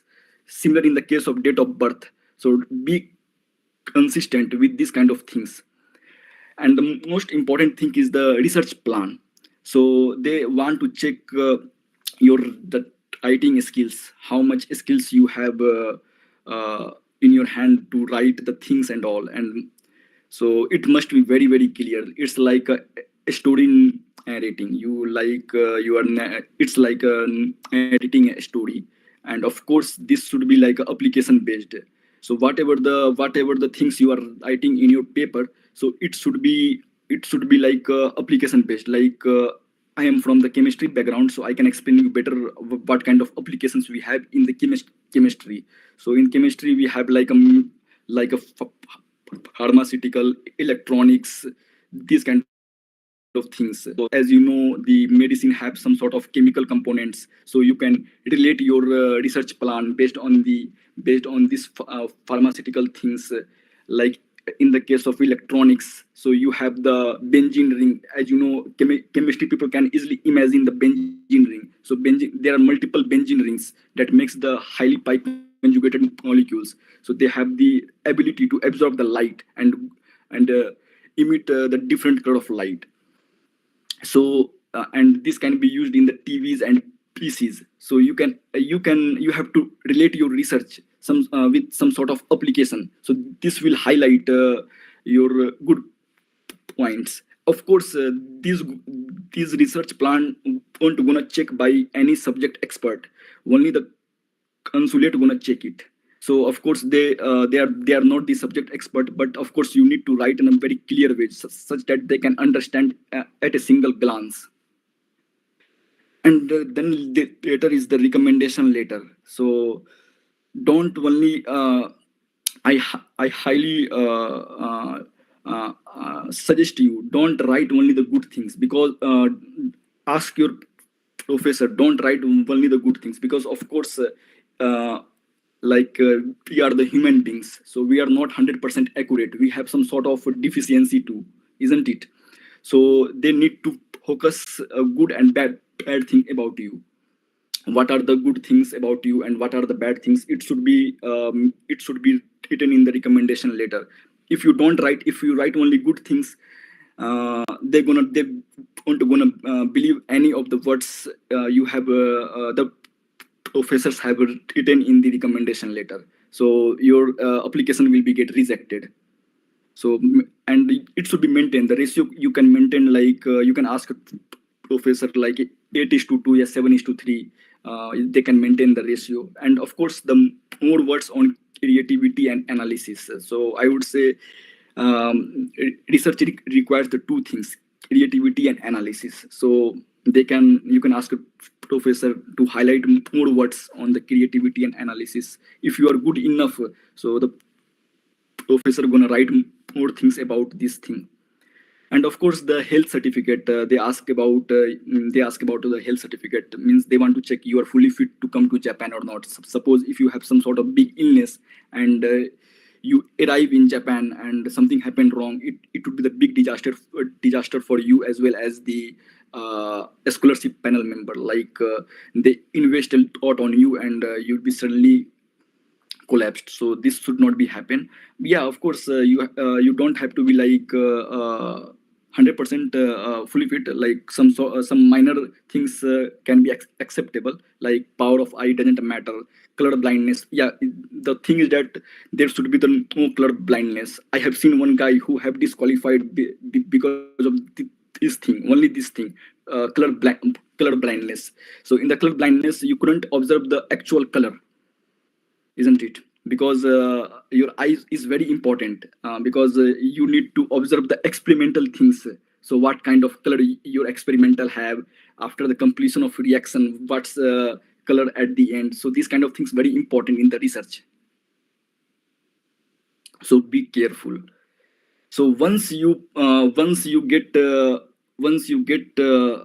result in favor of you after the screening, so you will be notified with an email, the consulate gonna have an interview, written exam and the interview with you. So in the written examination they will have the English exam, like they want to check your English, how much English do you know. And also the subject exam, some basic questions, not gonna be difficult question, very basic question, and followed by the interview. So what kind of questions being asked in the written examination? So like all the questions are MCQs level, multiple choice questions.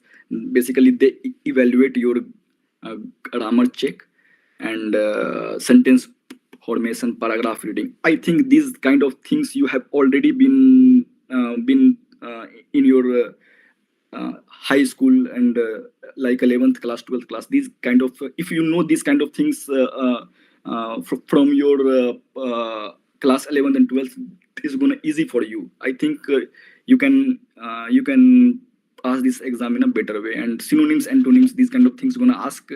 And on the very same day they will check your subject exam. Subject exam will also be of MCQs, some basic questions, MCQs. Just you have to select the options, and the examination hour will be like 3 hours, 1 hour for English exam and 2 hours for your subject exam. On the very same day they will take the interview. So there will be 3 to 4 members in the panel, 3 Japanese guy and 1 Indian guy, and they will check your confidence level, how much confident you are at giving the interview. Yeah, wrong answer is okay, but if you are underconfident, very like annoying for them. So these are the questions being asked from me in 2019. So the first question they have asked from me: why Japan? Why not other countries? Why not India? So you have to be well prepared with such kind of questions. And they also ask about me about the famous multinational company in Japan. So you must be aware of such kind of things. They also some of the members from the panel ask me about the Nobel laureate in my research field, current Nobel laureate in my research field. So you need to prepare the answer. And also some of the members ask about me the alternative option after I fail this exam. So you have to be, you must have the backup plan. What is your backup plan after you fail this examination, this application procedure? And they're going to also ask about you the supervisor opinion. So of course you do the masters in some college, so of course you inform your supervisor like you want to study abroad. So so they want to check whether you inform your supervisor or not, and what kind of suggestions the supervisor has given you is in favorable of them or not. They want to check, and also they want to check the contribution. So they want to confirm what kind of things you gonna give to Japan and also to India. So how will you benefit Japan as well as India? So you have to be prepare such kind of questions. Of course they won't gonna ask only these questions. It depends like on the day. So what kind, like it's a random question, they can ask anything, so be prepare well. And they want to check your confidence, whether you are confident or not. Once you get selected here, a written examination and interview, so you will get a document on your email, like you have been selected for the mixed fellowship. Now you have to apply for the university. So this fellowship is only valid when you get entered into the university. Once you get into the university, your application, your mixed fellowship will be started. So what you did, so you first contact the supervisor, your selected supervisor in Japan. So if you write an email to the professor, like you want to have a PhD research work under his guidance, and already you have financially equipped with the mixed fellowship and all, so they will reply back you like he wants to have interview with you for 30 minutes. That interview is of your master's research work. So what kind of research work you did in your master's, and these kind of things. And once the professor agrees to take you under you, so they will issue the provisional acceptance letter. So this letter you have to send it to the Japanese embassy in India. And at the same time, professor also inform the academic office about you, like he wants to hire you. So he will tell academic office to start hiring of you. Now the academic office will give you the notification of university exam. So there will give you the notification university exam. So they share the link, and you have to go through the link, and what are the documents you need to submit. You have to send it to the university by post, and at the end they will conduct a interview for like almost like 3 or 4 professors will be there to investigate you, like whether you are eligible to admit in this university or not. I think these two will be the same, this interview, and here the interview between the academic office and the student will be of same pattern. So you don't have to worry about this. And at the end, if you get selected, they will notify you through the email, you have been selected, and they will give you the acceptance letter. And with that acceptance letter, you can go through the visa procedure and all. So I will explain you my past experience. So you can see here, once I got the mixed fellowship, so I write in my case it was JICA, not mixed. JICA and Mixed have the same. JICA is only for the IIT students. Only IIT students can apply for the JICA, and mixed scholarship is the general fellowship. Anyone can apply around India. So in JICA, so only the IIT students. So the acceptance is very high because very limited people apply for the JICA, and for the mixed, many people apply. So the challenges would be very higher. So see, and the procedures are same, 100% same. So see here, I write an email to the professor, like I want to join his lab, and and already I mentioned, like I have been awarded a JICA fellowship, and I am fully equipped, financially equipped and all. And you have to just mention why would you like to continue the research in his lab. You have to mention some sort of words, and he replied back you, like he want to have an interview, a Skype interview with you for 30 minutes. You can see here, this is my PhD supervisor, Masaya Sawamura. And once he agrees you to take in his lab, so he will give you this provisional acceptance. So he will hire you based on the conditions. The conditions is when you admitted into the university.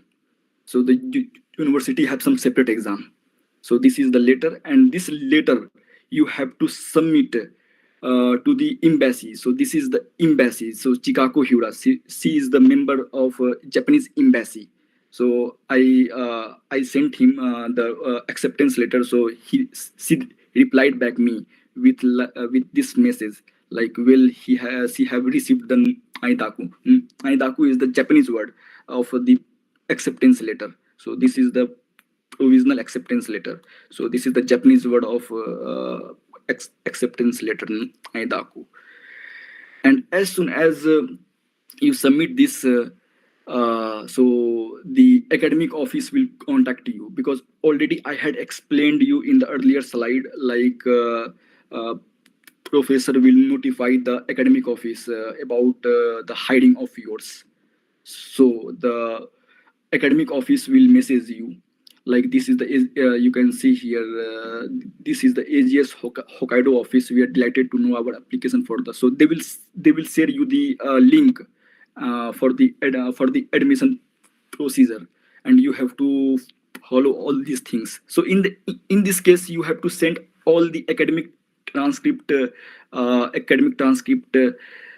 master's thesis, everything. You need to send it by post. So, and you don't have to do anything, just you simply submit all the document to the embassy, your academic transcript and all, and the embassy have the responsibility to send all the document of yours to the university, because they take the responsibility, because all your academic transcript will be in the original format. So of course there is a responsibility for the embassy to safeguard your transcript. So they wrote an email, like she have successfully sent all the documents to the university. And once the university got your documents and all, and he check everything about your scores you have obtained in your master's or your bachelor's, everything, and then they will ask you the date for the interview, for an interview.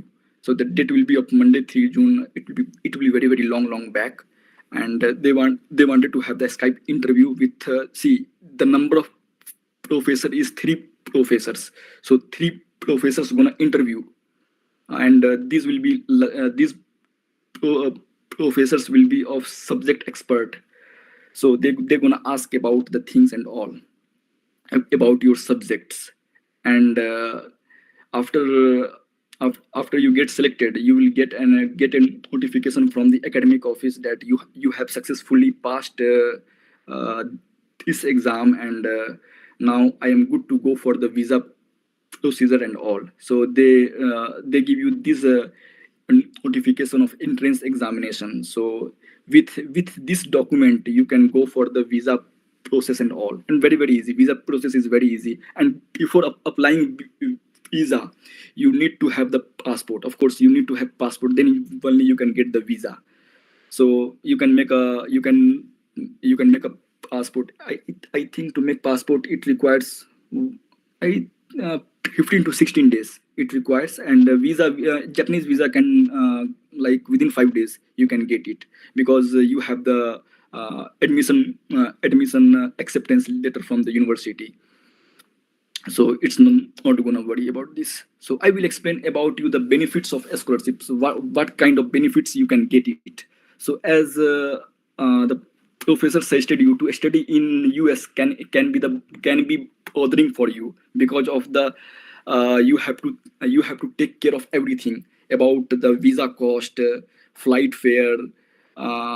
You have to spend a lot. But in the Japanese fellowship you don't have to, because it's the responsibility of scholarship members. They're gonna pay you each and every step for initial days, so you don't have to worry about flight fare, anything.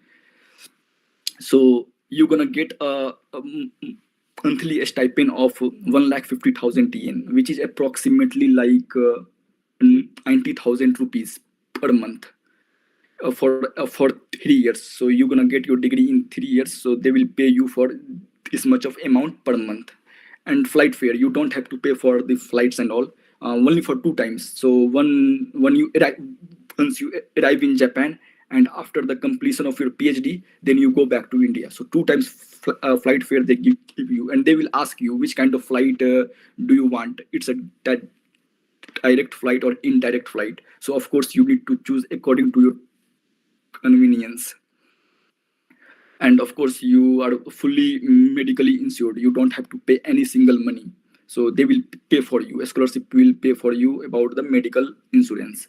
So you will be fully insured. Like suppose if something happened wrong with you in Japan, with health or something else, so you're gonna have free treatment. So you don't have to worry about this. And of course they arrange the free holiday trips within the country, so you don't have to pay any single amount. So you will have the free holiday trips from the from your scholarship. They notify you with an email, like they are arranging this trip, so you can join it free of cost. Yeah, of course you have to pay for your food and all, but transportation and these kind of things are totally free. And free consultation regarding any issue, this is the most important thing. I have seen many of the people who is struggling with these kind of things. So of course in Japan you are getting the PhD in 3 years, so you can imagine the amount of pressure to complete your PhD in 3 years. You need to have the research publications and all, so you work a lot. And mental stress, so at some point of time you get the mental stress. So to whom you gonna share these kind of things? So you have the third party, the scholarship party. You can share the things with them, like you are not feeling well, mental things and all. So they can help you with the recovery and all. They will suggest you the better options, because of course I know doing PhD abroad is very tough. In India you can talk many people, but outside it's difficult to talk with the people if you don't have a very good friends.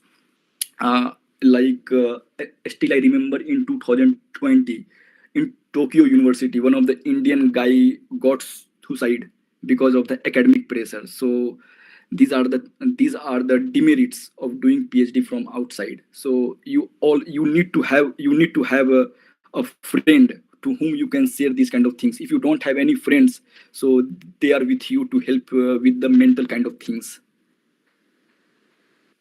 and assist you in finding a job in Japan. So they're gonna help you a lot. Like I would say 200% effort to find a job in Japan. And as you know, the paying scale is very much higher than compared to India.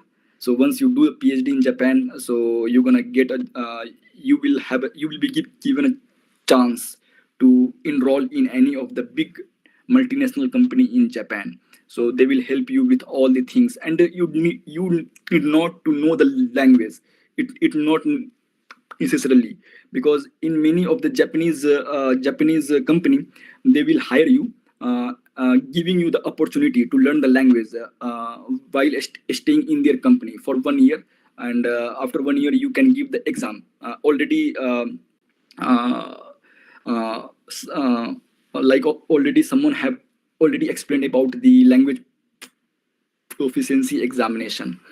So you get through the exam, and you will be like many of my friends still in Japan, and they are doing very very well in the company. So so these kind of things you can do. And recently Japan also include the PR means permanent permanent residency. So you need not to have the visa every time. So you have the permanent residency, so you don't have to apply visa and all. So you can stay in Japan as much as you want, like throughout the lifetime, or like after 60 years after you get retired, then you want to come back to India. So you can freely access two countries at the same time without having the paperwork and all. So hope you understand the embassy recommendation. Now I will talk about the university recommendation. So the university recommendation is there is a slight difference in the university recommendation. So you have to visit the Japanese university one by one, and to check to whom you want to apply for. So in that case, you need to consult the supervisor first. You don't have to do any application first. You need to consult your supervisor by an email. Now, like you want to do the PhD research under him, and you have to also send your CVs and all. And you need to mention like you want to apply for the mixed fellowship from the university. If they find your CV is very in a very nice way, and he feels you are okay to have an interview, so he will write you an email like he want to have an interview with you to check your subject knowledge. And once the professor agrees, uh, so they will issue acceptance letter, exactly the one which I had discussed earlier. And with that letter you can apply the university application form. So from the university you can apply, and they will ask you about the submission of acceptance letter from the supervisor. So you can upload like online here, and you don't have to do and in this case the professor will help you to write the research proposal. So you don't have to write by yourself. So the professor will help you to write the research proposal and all, because in the last step the university will apply the mixed fellowship for you. So the process is a bit different compared to the embassy recommendation. So in the embassy recommendation you have to write by yourself, because in that case subject expert won't gonna review your research proposal. Only the consulate member will check your writing skills and all. But here the research proposal gonna check by the subject expert. So that is why the supervisor will help you to write the research proposal and all. So, and these are the list of universities, Japanese universities under which you can enroll yourself for the PhDs or masters. And I did my PhD from Hokkaido University. There is a good this university is good for the chemistry things. So you have to aware which university you need to get enrolled. And I would say the top universities is Tokyo University, Osaka University. These are the top. Kyoto University, yeah, Hokkaido University. They have the good experience. You're gonna have a good experience at this university. So these are the top universities you can get enrolled. And yeah, and I'm not saying all the universities are bad. Of course, these universities are premier institute compared to the IIT's level, IIT ISERs. And these are the useful tips. So of course, just writing an application form doesn't guarantee you to get enrolled into the university, because of course there are a lot of applicants, and the chance will be very very limited. So of course you need to write application form in a better way. So these are the useful tips how to write a fellowship, successful fellowship. So you have to choose the professor, famous, I would say famous professor. So the meaning of famous professor is like well reputed, and everybody knows that professor all over Japan. So you can get to know these kind of things from the research paper, like how many citations they are getting from the research papers and all. So you can get the knowledge of the famous professors. And also you can use the chat gpt. Chat gpt is the nicest way to use such kind of things. They will shortlist the chat gpt will shortlist the professor, and depending on the kind of research you have mentioned in the chat gpt searching browser. So I would suggest you to use the chat gpt and learn how to use it. There are so many videos in the YouTube from where you can learn how to use the chat gpt in your research and analysis, these kind of things. And of course, if you choose the famous professor, their research proposal would be totally different than the others. So they will write the research proposal in a better way. And the novelty, of course, there will be the novelty of research. So in that case, the selection procedure would be very, very higher compared to the normal professors. And also alignment of expertise. The reviewer gonna inspect like the expertise is like aligning or not. Like if you are doing from the synthesis background, so your supervisor must have the synthesis background. So otherwise, if some different background, it gonna difficult for you to get the degree in 3 years, because very, very short period of time, 3 years. Because I would say 2.5 years you do the research, and in 2.5 years you remove the 5-6 months for accommodation. It takes time to get adjust in any of the country. So only you have basically 2 years to get your PhD degree. So the alignment of expertise should be necessary, and you have to demonstrate very, very well about your past research experience. So what are the experience you have gained, either through the master's research or through the internships.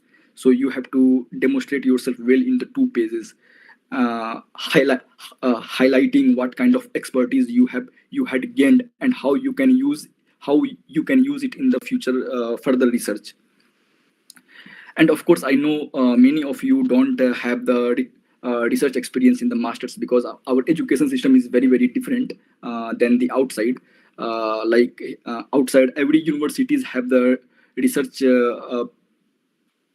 program in the masters and the bachelors, but India, you're going to find these kind of things only in the top level of universities like IIT, ISERS, NISERS, IISc, TIFR, these kind of things. So if you don't have any research experience, so I would highly suggest you to go for the internship. So internship will help you to get the research experience, where you can build some sort of expertise. So this expertise you gonna highlight at this place, a demonstration of your past research experience, and it will also help you to get the material for the Skype interview through to your supervisor, PhD supervisor, as well as the university exam. And I would suggest you how could you get the internship opportunities. So I would highly recommend you definitely you have to write an email to the supervisor, like you want to do the internship. So I would suggest you, before writing an email to the supervisor, you have to go through their website. They have the personal website, research website, and you can find the people, like you can find how many PhD student and master's students are in his lab. So you can contact any of your mates there, because they are the regular persons who is frequently meeting with the supervisor. So they're gonna help you to get the position. Instead of writing an email, simply writing an email is not good, because they won't gonna check. It's a truth. So it's better to contact any of the members in the lab. the members gonna talk about you with the supervisor, then there is a high chance you will get a reply back from the professor. And for the bachelor student, I would highly recommend you to write an IIT JAM exam. So this gonna help you to build your master's thesis, and you will have a good exposure. So you're gonna tons of opportunities. Like not only Japan, you will get tons of opportunities to get outside for your further studies. Of course, for a master's student, you have to put a lot of extra effort, because bachelor students have time, time for doing everything, but you don't have time. So of course, you can give 6 months for 6 months for internship, or either you can go for 1 year. Many of my batchmates did the same kind of thing. Like they did. I did my bachelor from the Patna University, and many of my friends couldn't able to qualify the JAM examination, so they did the masters from some normal colleges, but they did the internship for 6 months or 1 year in some chemical in institutes, and they build the expertise and all. And after 1 year, they apply for the foreign universities and all, and it's become easy. If you have the research experience, it's become very easy for you to get outside. And you don't have to rely on only one fellowship. You can apply as much as you can. I would suggest you to apply 10 to 15 applications. Not only Japan, you can apply for Europe. In Europe, there are many countries, Germany, Italy. So you can apply parallelly. So don't apply for only one, because the rejection rate will be very, very higher. So of course, if you apply for 15, 16 places, so you might get selected at one place. It's a high chance. Or I think hope you understand the procedures in Japan, how to do PhD in Japan. So this is the Germany. Already professors have already been explained about you the Germany, how you can do the procedures and all. So this is the DAD fellowship. DAD fellowship is the prestigious fellowship through which you can do the PhDs from Germany. And Germany is very, very nice country to visit and do your research. So these are the steps you can look into the websites. Of course, gonna explain everything is very, very difficult in short period of time. So you can go through these websites. I already linked it here. So you can see the deadline of the application is 20 October. So you have to be aware with the deadlines and all. And whatever the things you have mentioned in your document, it should be fully cross-checked. So once you, because of course you are filling application form, so every information should be the right. And the same exactly the same procedure, that have the same procedure which I had explained you here. That have the same procedure. You consult the professor by email, stating that you want to do the research activities under his lab. So and you need to mention you want to apply for the DAD fellowship. So they will evaluate your CVs and all. And CVs, they will in some of the places they also ask about a statement of purpose and all these things. So you have to mention each and everything, and also your past research experience and all. And they will help you to build the research proposal for the DAD fellowship. The professor will help you to build the DAD fellowship, and you can submit your application form here. The same procedure, like you don't choose each and every professor, so you have to choose the very famous professor in your field. So they will help you to build the strong research proposal. And once you get selected, they will call you for the interview. So the interview will be on site, so you have to come to Germany for the interview. And after you get selected, so you will be enrolled into the university. So almost it's also like a 1 year, so it will take also 1 year to get you notified whether you have been selected for the DAD fellowship or not. So these are the things you can go through this website and you can get the better knowledge of it. Also, you can find the PhD position through Twitter. I think many of you know how to use the Instagram, isn't it?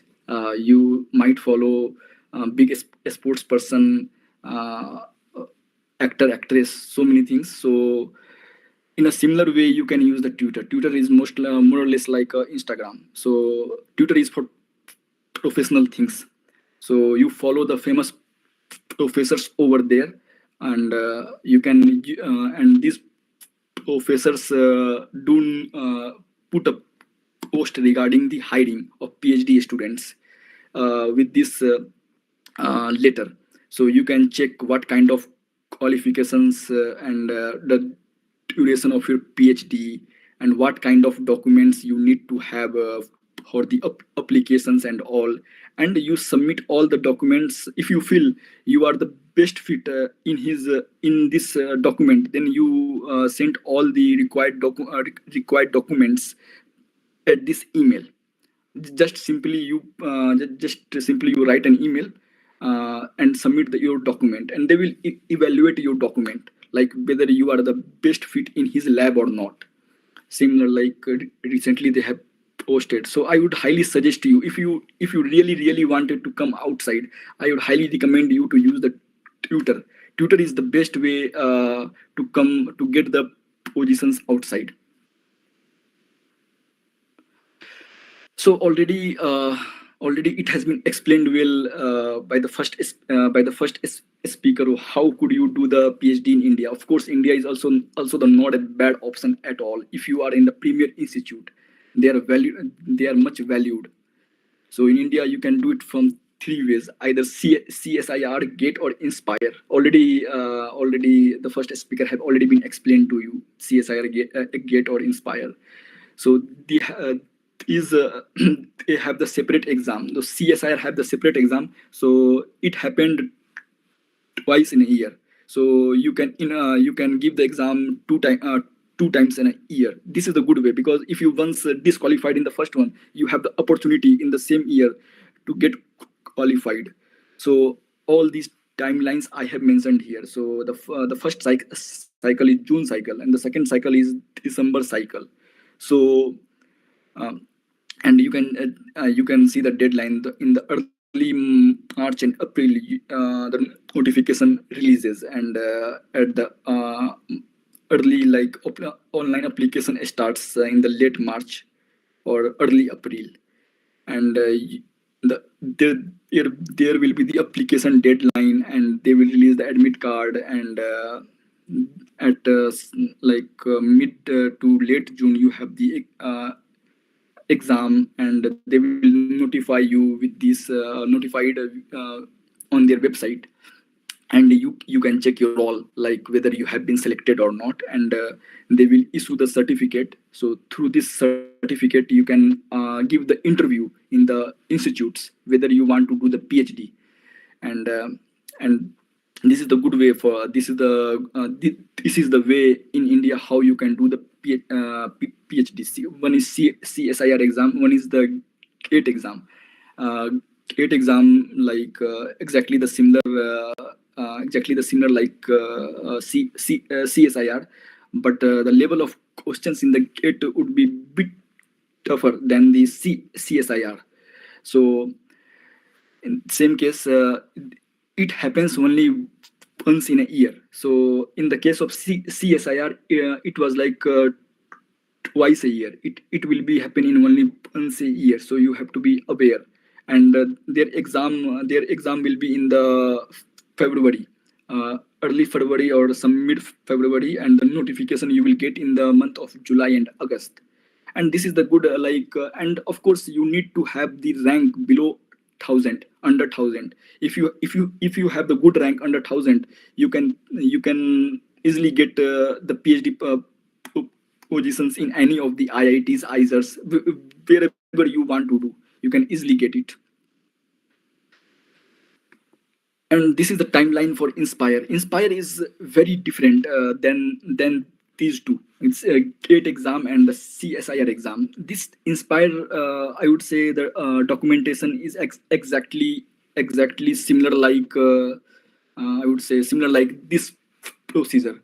So you write an email to the supervisor with the CV, like you want to do the PhD under him and her, anyone, and with your CV and statement of purpose and all, and your uh, thesis or research experience certificate, and they will reply back you like yes, he would like to write an inspire fellowship with you. So in that case, the supervisor will help you to write a research proposal, to to write a research proposal, and you can submit each and everything to the portal, and you will be notified at the end whether you have been selected or not.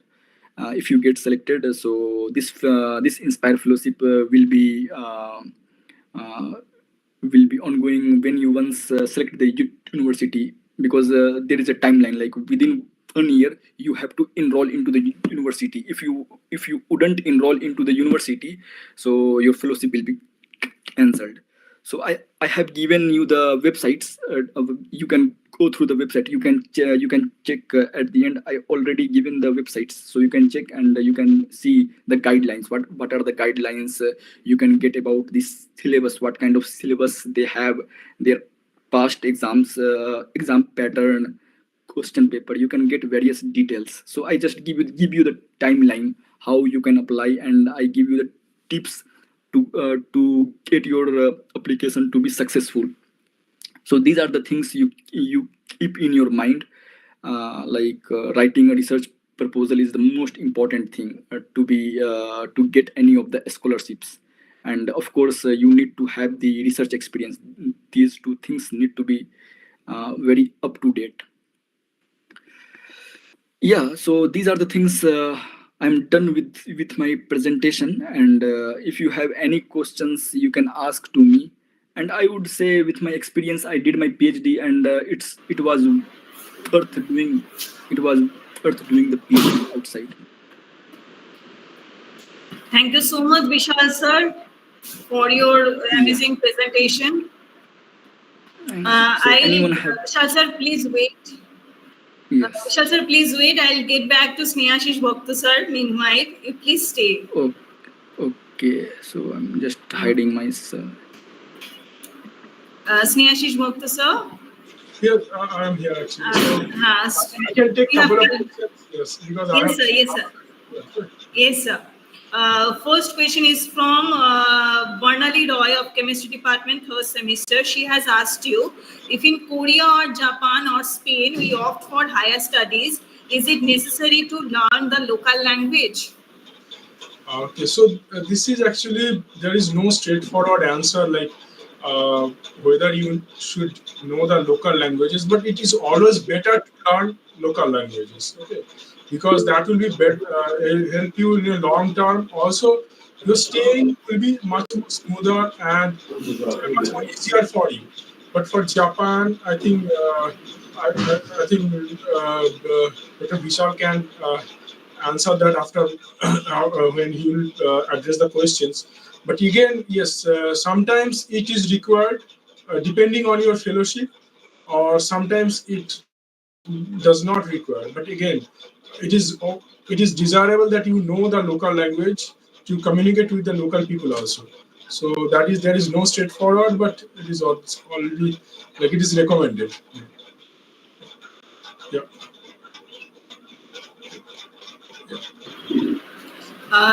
Thank you, sir. Next question is from Nikita Kundu from 1st semester chemistry honors. She has asked you, if you go to foreign countries for higher study, in case of medical emergency, is there any facilities provided by the institution like medical insurance and all, or all expenses will be in our own? So yeah, that's a very good question actually, and those are real concern. So medical, I'm just sharing my experience in USA, because in the USA, uh, irrespective of you have health insurance or not, if something emergency happened, so USA has a very good policy. They will take care of you first. Okay, then after then the money things will come. So if you have any issues, emergency issues, they will take care of you with full support. There is no question about it. They will try to save you. They will try to treat you as soon as possible. Within generally the hospital or ambulance comes within 5 minutes. Within 5 minutes, that's true. If you call 911. So then the question is the money. Who will pay the money? You need to have one health insurance for if you go for masters or PhD program. University has very good program, very good health insurance for students. For students, it is extremely well. Generally, you don't have to pay. When I actually went through emergency services twice, yes, and I did not have to pay anything because my health insurance, the university health insurance, was very good. Yeah, definitely there is a charge that will be deducted from your salary, or if you are a master student, you have to pay. But this is the situation. And from outside the country, like Germany or European country, I'm not exactly sure, but yes, you should have health insurance. I mean, even if you actually, I am going to Germany in November for some faculty exchange program, and when I applied for visa, I had to show my health insurance. So yes, the health insurance is mandatory for I think most of the European countries and outside. So, but don't worry about that. The safety and health wise, they will take care of you everything. Yeah. What we generally use, sir, in India, will that work or something? No. In India, that is a different. In each country, you have different types of health insurance. That is, in India, it is a different thing, and you even in other country like USA, UK, wherever you go, that is a different.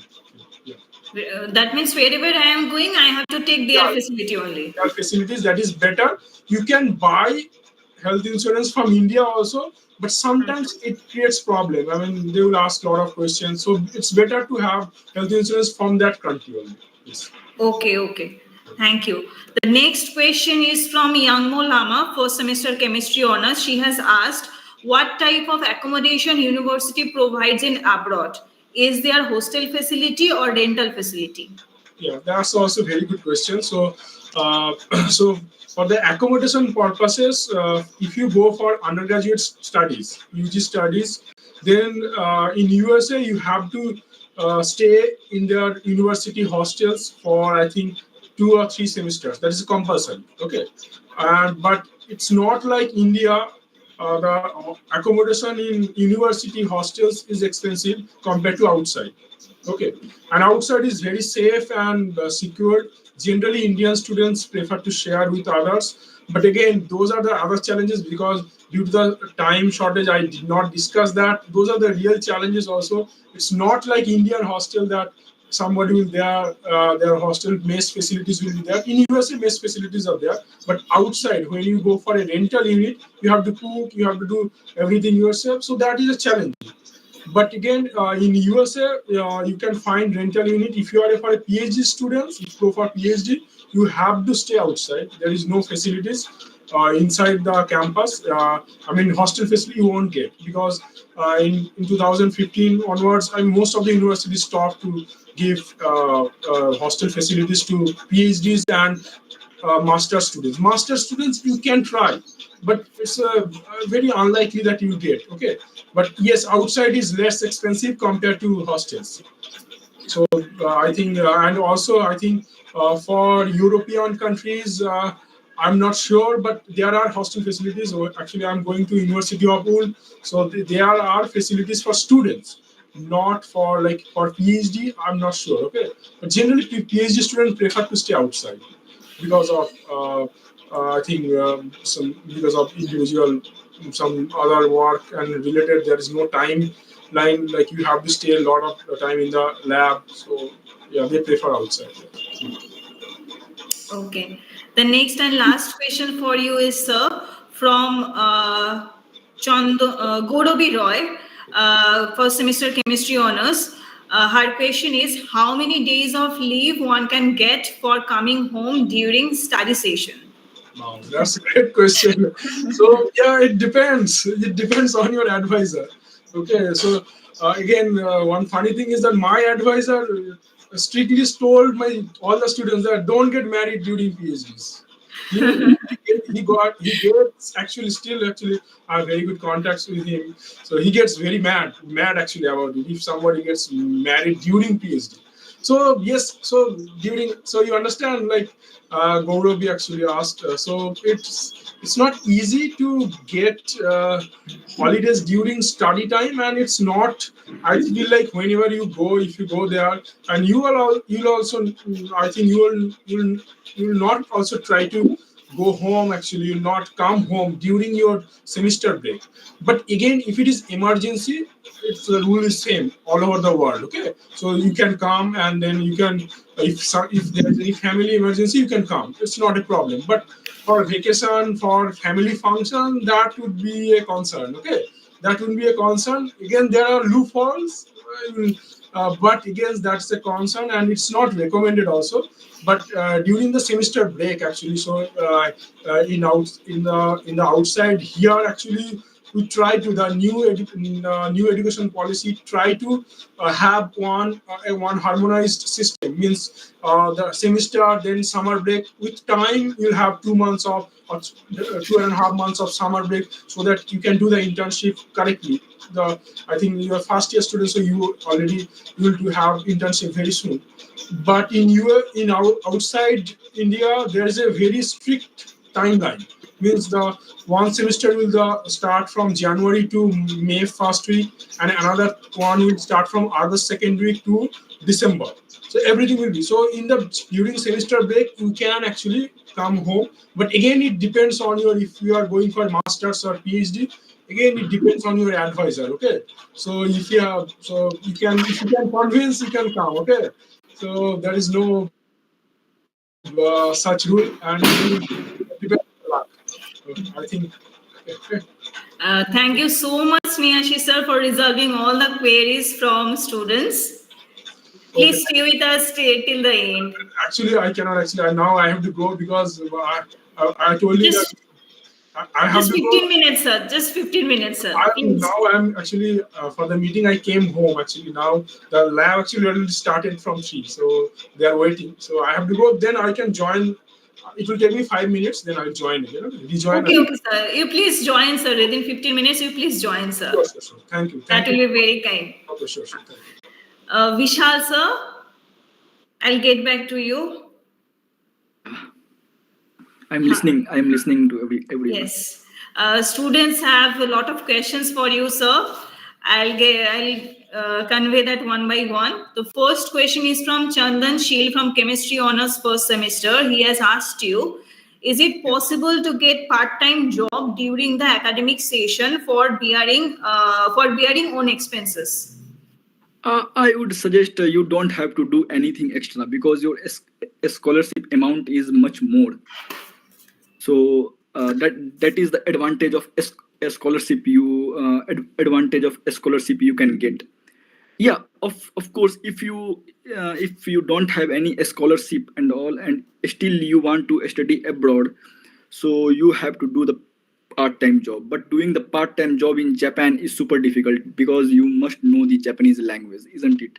Like you can work in the convenient store for a short period of time, like 2 hours, 3 hours. Most of the Japanese student or Indian, I have seen also the Indian students who have the good command, over the language.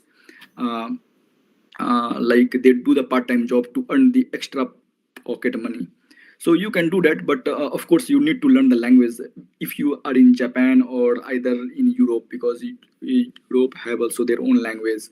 So yeah, but if you have a scholarship, I don't feel you have to do any part-time job and all, because I think this will deviate your mind towards doing anything extra. So I would suggest you to better focus on research, because doing PhD in Japan is super tough, because in my experience, doing 3 years of PhD is gonna be a nightmare for anyone, because if you want to remain in academics, and if you don't have much amount of research paper, it's gonna very difficult. So you have to work hard if you are in Japan. So you can't think of doing a part-time job and all, because this is gonna deviate your mind completely. Okay. Next question is from Shama Chetri, first semester chemistry honors. She has asked you, if I happen to study abroad and if my parents have to visit me, will there be any additional advantages they might get, or will they easily get visa? They can easily get visa. They can easily get visa because of course one of the family member already in Japan and they have the proper financial assistance. Of course, the assistance is not that much. Like you can bear the expenses of your parents. So of course, the visa officer gonna check your parents' income, for how long you're gonna stay in Japan. So they will check your bank balance, whether you have the bank balance or not to sustain for the certain period of time. So yeah, but yeah, if you have that much of bank balance, so you're gonna get very easy because already your family member is in Japan, so you're gonna avail visa very fast, like within 2 days, 3 days. Okay. The next question is from Shobik Dhar and Anil Thakur from Chemistry and Physics Department, respectively. They have asked you, how can we get the citizenship and what will be the procedure for it? Yeah, most of the students, recent smart students, are eyeing for the citizenship. Maybe you have heard from the news, like many of the working people have already gi- given up their citizen, Indian citizen, and they become the Canadian citizen or either European citizen. Also, some of I have seen many of my friends who got married to the Japanese girl, now gave up the gave up the citizenship of India. So it's your choice. In my case, of course, I won't give because I want to remain in academics and I am eyeing for the academic position in India. But if you have done the PhD abroad and you have good command of language in Japan and in Germany, so of course you're gonna have the permanent residency. If you have permanent residency, you don't need to apply for the visa. Already I explained to you. They respect PhD a lot because doing PhD is not an easy job. Like in India, people think doing PhD is a cakewalk and all. So it's not a cakewalk. If you do the PhD outside, you're gonna face a lot of difficulties and these kind of things. So and it considered as a high reputed thing. So getting if you can get the PR, and I think within 5 or 6 years you can think of giving up your Indian citizenship and you can take a passport of that given country. So yeah, now you will be like a foreigner. So you will hang out with local people instead of Indian people. I have seen with my eyes. So I can. Yeah. Okay. The last question for you, sir, from Aman Chetri of Chemistry Honors, third semester. He has asked you, what are the key features for the preparation of a vibrant research proposal for PhD? Yes, this is the most important thing for the all the things will be solely dependent on your research proposal. Of course, there are a lot of applicants, and most of the applicants from India and China. As you know, these two countries have the huge population, and the numerous applications come from India and China. So of course, no one, and of course, other parts of the world also apply, but the amount of the applications from India and China are gonna be a good amount. So in that case, of course, your background, your academic background should be up to mark. Like in my case, if you see, my background is almost like a fairly good, so I can give myself a better chance to be get selected anywhere. So in that case, your background should be very very amazing, including your research experience, research experience in the sense internship, or you have qualified some sort of exam. You can mention in your CVs and all, like how many candidates have appeared for you for this exam and how many students get qualified. So these kind of things you have mentioned, this will give the better you give yourself a better opportunity to get selected in the prestigious scholarships and all. And in that case, supervisor role is also much more important, because of course you won't gonna understand any research activities and all. He is the only person who knows everything. So in that case, he will write a research proposal in a better way, and and also of course he gonna evaluate your CVs and all, and he will modify the CV to give the applicant a better chance to get qualified for the scholarship. Same in my case, here I am a postdoctoral associate in Germany, so many of the applicants do apply for the positions. So professors don't have enough time to look into the applications and all, so they usually forward to the postdoctoral to check the applicant's background and everything. And I need to inform them like whether he's eligible for the interview or not. So these kind of things I'm doing, so I can share you the experience. Basically we check the amount, how much research experience you have, and don't lie in the CV, because I have seen many of the Indian students have a habit to write a lie in the CV, like they wrote something about research and all, and of course they don't have the expertise in real. So this is gonna give a bad impression. Suppose if you get selected and if you come to the some of the countries, so it's gonna reflect a bad impression, like you told a lie in your CV. Be aware, and find a potential supervisor. Finding a potential supervisor and having an interview with them is a big challenge, because they won't gonna reply you, because these are the very famous professors.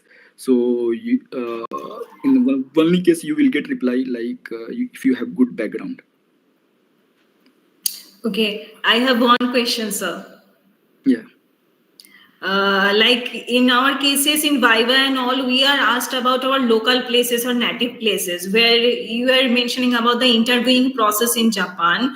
Do we have to know about Japan, their economic and political and the environmental things about those countries?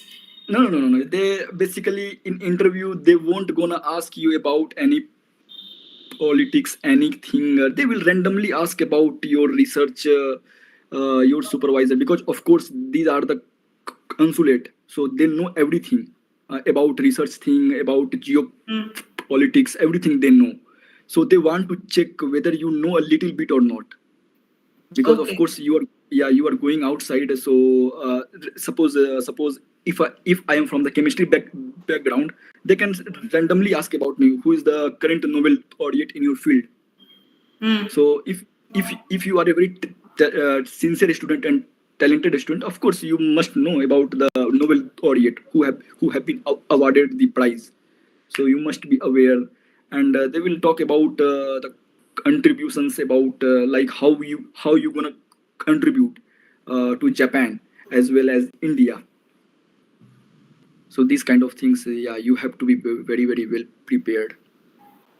And they also gonna talk about your research activities, what kind of research activities. Basically whatever the application form you filled, they will ask the question based on the application form. Nothing. Nothing. Okay. Thank you so much, Vishal sir, for answering all the questions of ours so patiently. Please stay with us. And now I would like to request.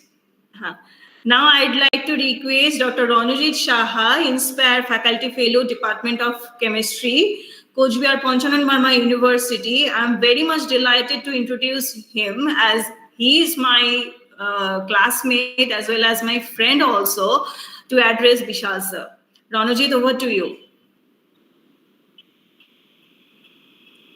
Hello, Pallavi, can you hear me? Yes. Yeah, so what I like to say that when you first approached me for such kind of seminar, and I told that I know one person, that is Vishal, for the first time, because he did PhD directly from there. So you can see his slides are direct information, like where you can apply, what is the timeline, where you can go, how you can apply, how you can write everything, and what he felt about that 3 years period, like how to choose the guide and how to see through the society, and what is his experience and what passion he grown from these 3 years. Like he had a good passion from photography. Like what I used to say that at that time, because he had the most expensive camera, and I said, okay, so you are spending all of your fellowship in your camera.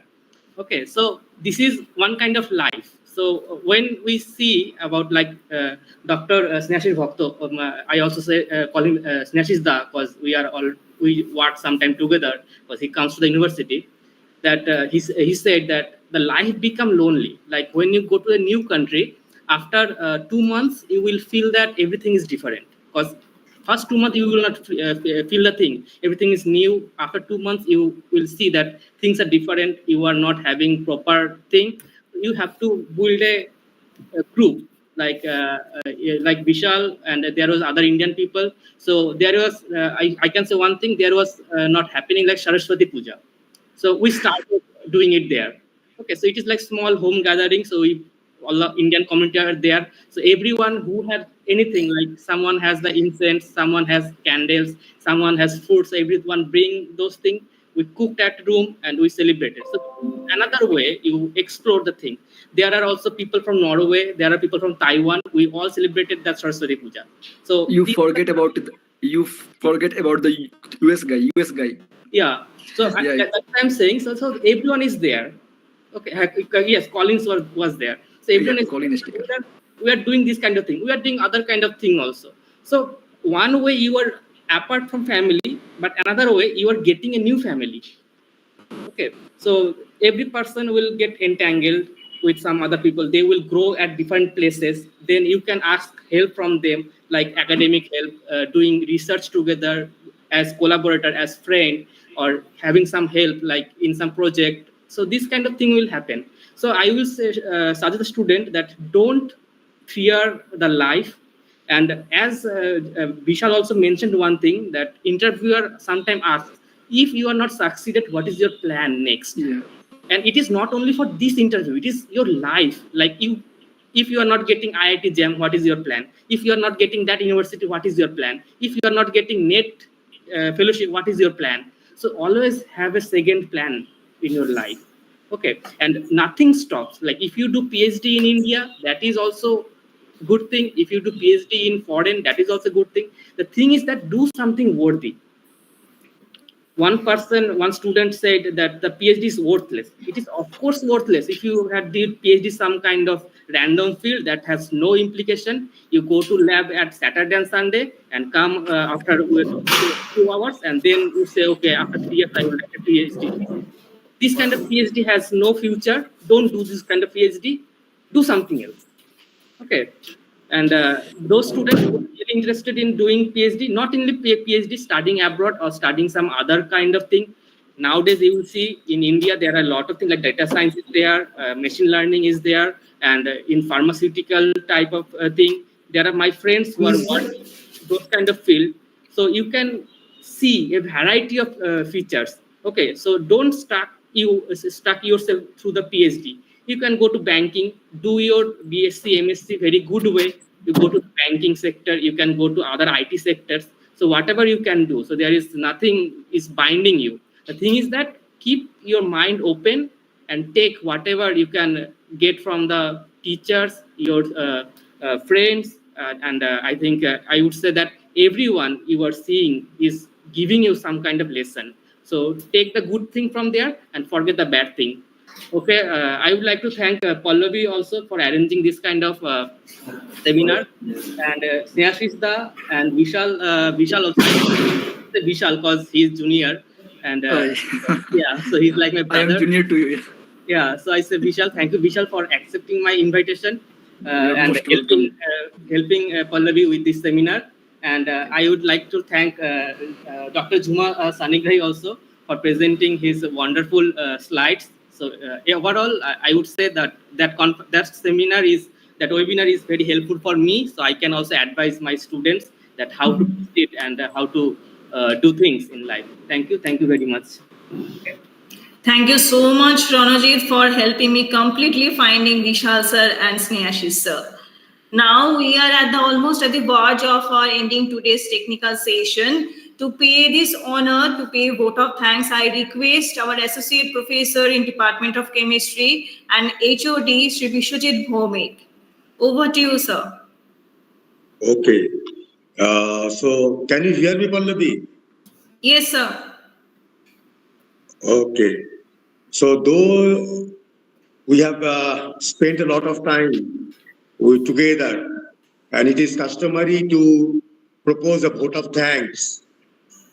But I feel this is a rare privilege for me to propose the vote of thanks after such an absorbing and inspiring international webinar.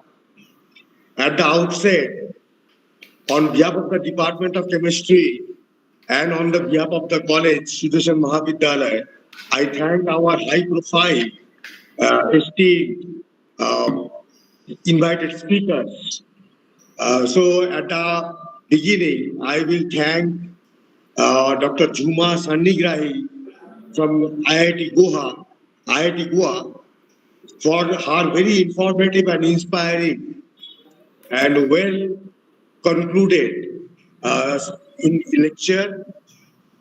I thank Dr. Snehashish Bhakta of Kuch Bihar College for dealing with a very challenging topic of adapting to international studies and opportunities and challenges. It was a challenge. Eco hocchilo. Now it is okay. No, sir. You please continue, sir. Okay. So I thank Dr. Snehashish Bhakta for his very challenging topic, how he dealt with it. Excellent, sir. Excellent. Now, I thank from the core of my heart Dr. Vishal Kumar Rawat for his detailed description of the fellowships and scholarships for higher studies abroad and in India. I thank Dr. Ranjit Saha, who has helped us a lot to organize this webinar. So thank you very much, sir. And I'll do it injustice if I do not mention Dr. P.K. Mishra. Dr. P.K. Mishra, our respected principal, sir. Without his constant inspiration or encouragement to go for this type of activity, we would not have able to conduct or arrange this type of webinar. Now I thank Dr. Babli Mondal, coordinator IQAC, and incidentally, she happens to be my colleague in the department, and she is always encouraging, always having new ideas. So thank you, ma'am. I thank our teaching faculties and supporting staff. I thank our program coordinator, Pallavi Sarkar, who has nicely conducted the webinar. I must thank the ICT team of the college, Professor Satyaki Sarkar, Subrat Chakrabarti, for their technical help so that we could arrange the webinar. And at the last, I thank my beloved students for their participation, interest, and staying together for a long, long time.